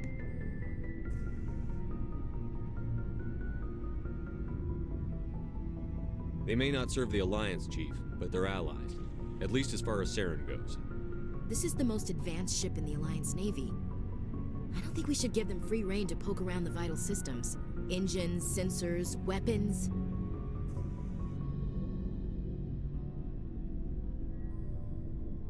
That's enough, Chief. You always second-guess your superiors? Sir! No, sir. I'm sorry, I was out of line. I'll get back to my duties, Commander. Commander? What's your opinion on the last mission? Not sure I buy Dr. Tassoni's story about her and her mom not talking. They're family, right? I think she's being straight with us. Or at least, I don't think she lies very often. Yeah, she's probably really bad at it. Hey, want me to ask her about her sex life? Might be illuminating. I don't think she's used to teasing. Good-natured or otherwise. No fun, Commander. Too bad those ruins got destroyed. I mean, they lasted thousands of years. That's impressive. Do you have a few minutes to talk one-on-one? I'm sorry, Commander. I need to get my duties squared away. I wouldn't mind talking more later, though. Dismissed, Chief. Sir.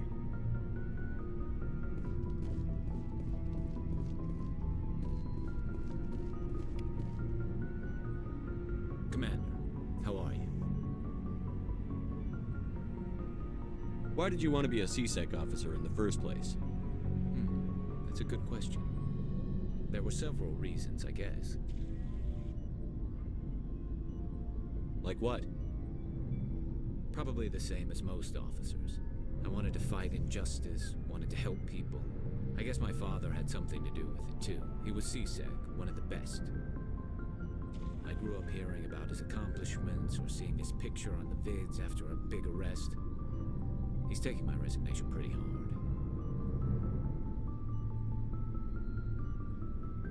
That's tough, but you'd think he'd be impressed you're going after Saren.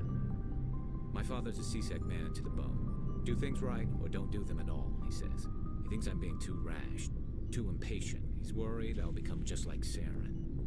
He actually talked me out of becoming a Spectre when I was younger, for the same reasons.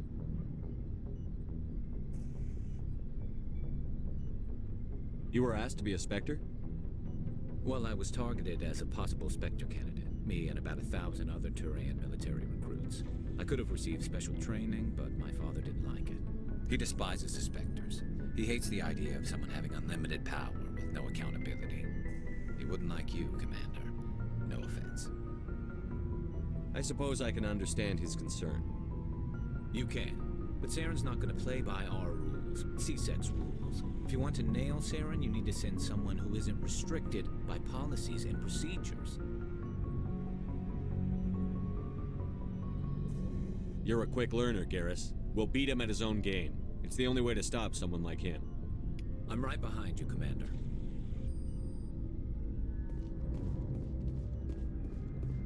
Looking for supplies?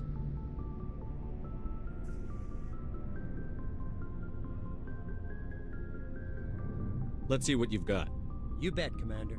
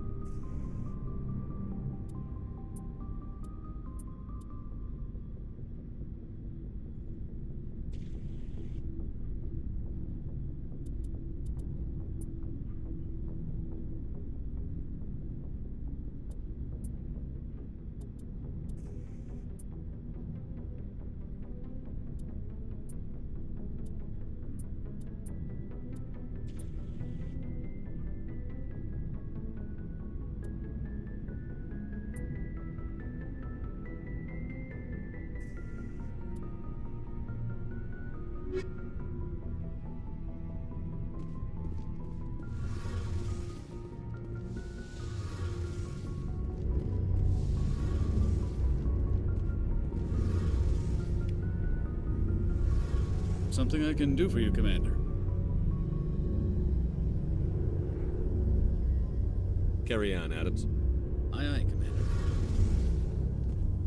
Oh, hello, Shepard. Are you okay? I don't know. Your ship is amazing, and your crew's been really great to me, especially your chief engineer. But I just sort of feel out of place. The Normandy runs so smooth it feels like we're not even moving, and the engines are so quiet. How do you sleep at night?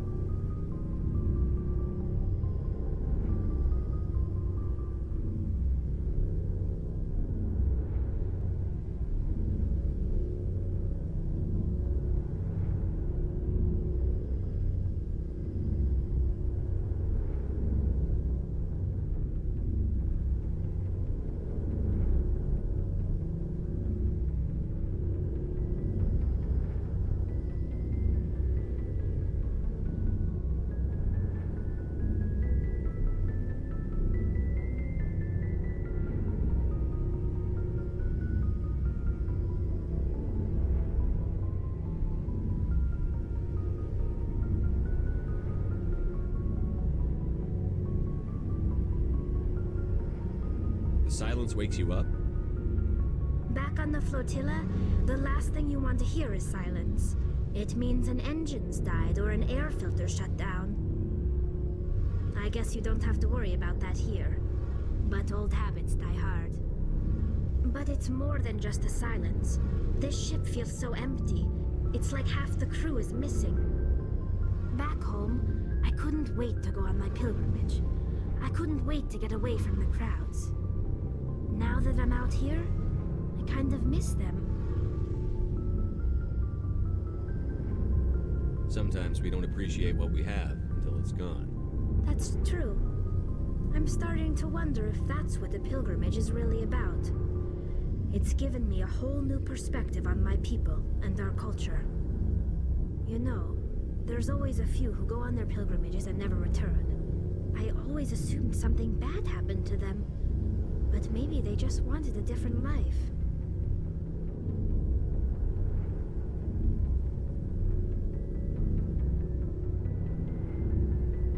You do plan to return to the migrant fleet, right? I could never abandon my people, Shepard. I will go back eventually, but we have to stop Saren first. Otherwise, I might not have a home to go back to.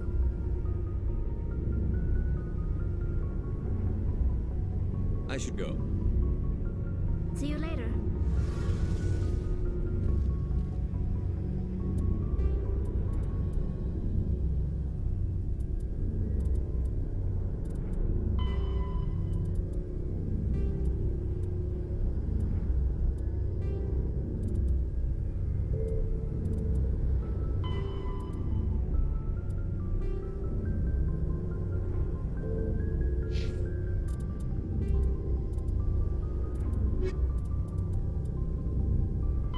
Larger warship, the Mako infantry fighting vehicle was designed for the System Alliance's frigates. Though the interior is cramped, an M35 is small enough to be carried in the cargo bay and easily deployed on virtually any world. With its turreted 155mm mass accelerator and coaxially mounted machine gun, the Mako can provide a fire team with weapon support as well as mobility. Since Alliance Marines may be required to fight on any world, the Mako is environmentally sealed and equipped with microthrusters for use on low-gravity planetoids. The Mako is powered by a sealed hydrogen-oxygen fuel cell and includes a small Element Zero core. While not large enough to nullify the vehicle's mass, the core can reduce it enough to be safely airdropped. When used in conjunction with thrusters, it also allows the Mako to extricate itself from difficult terrain.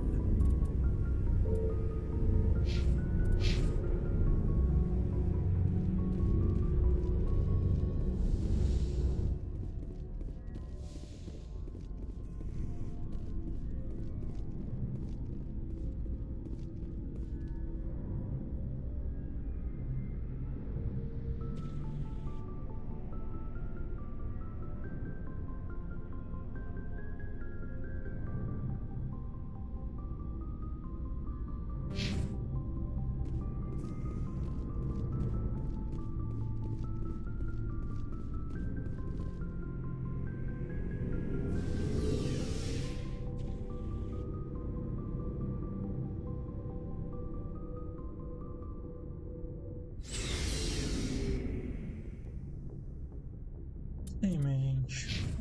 Só vai.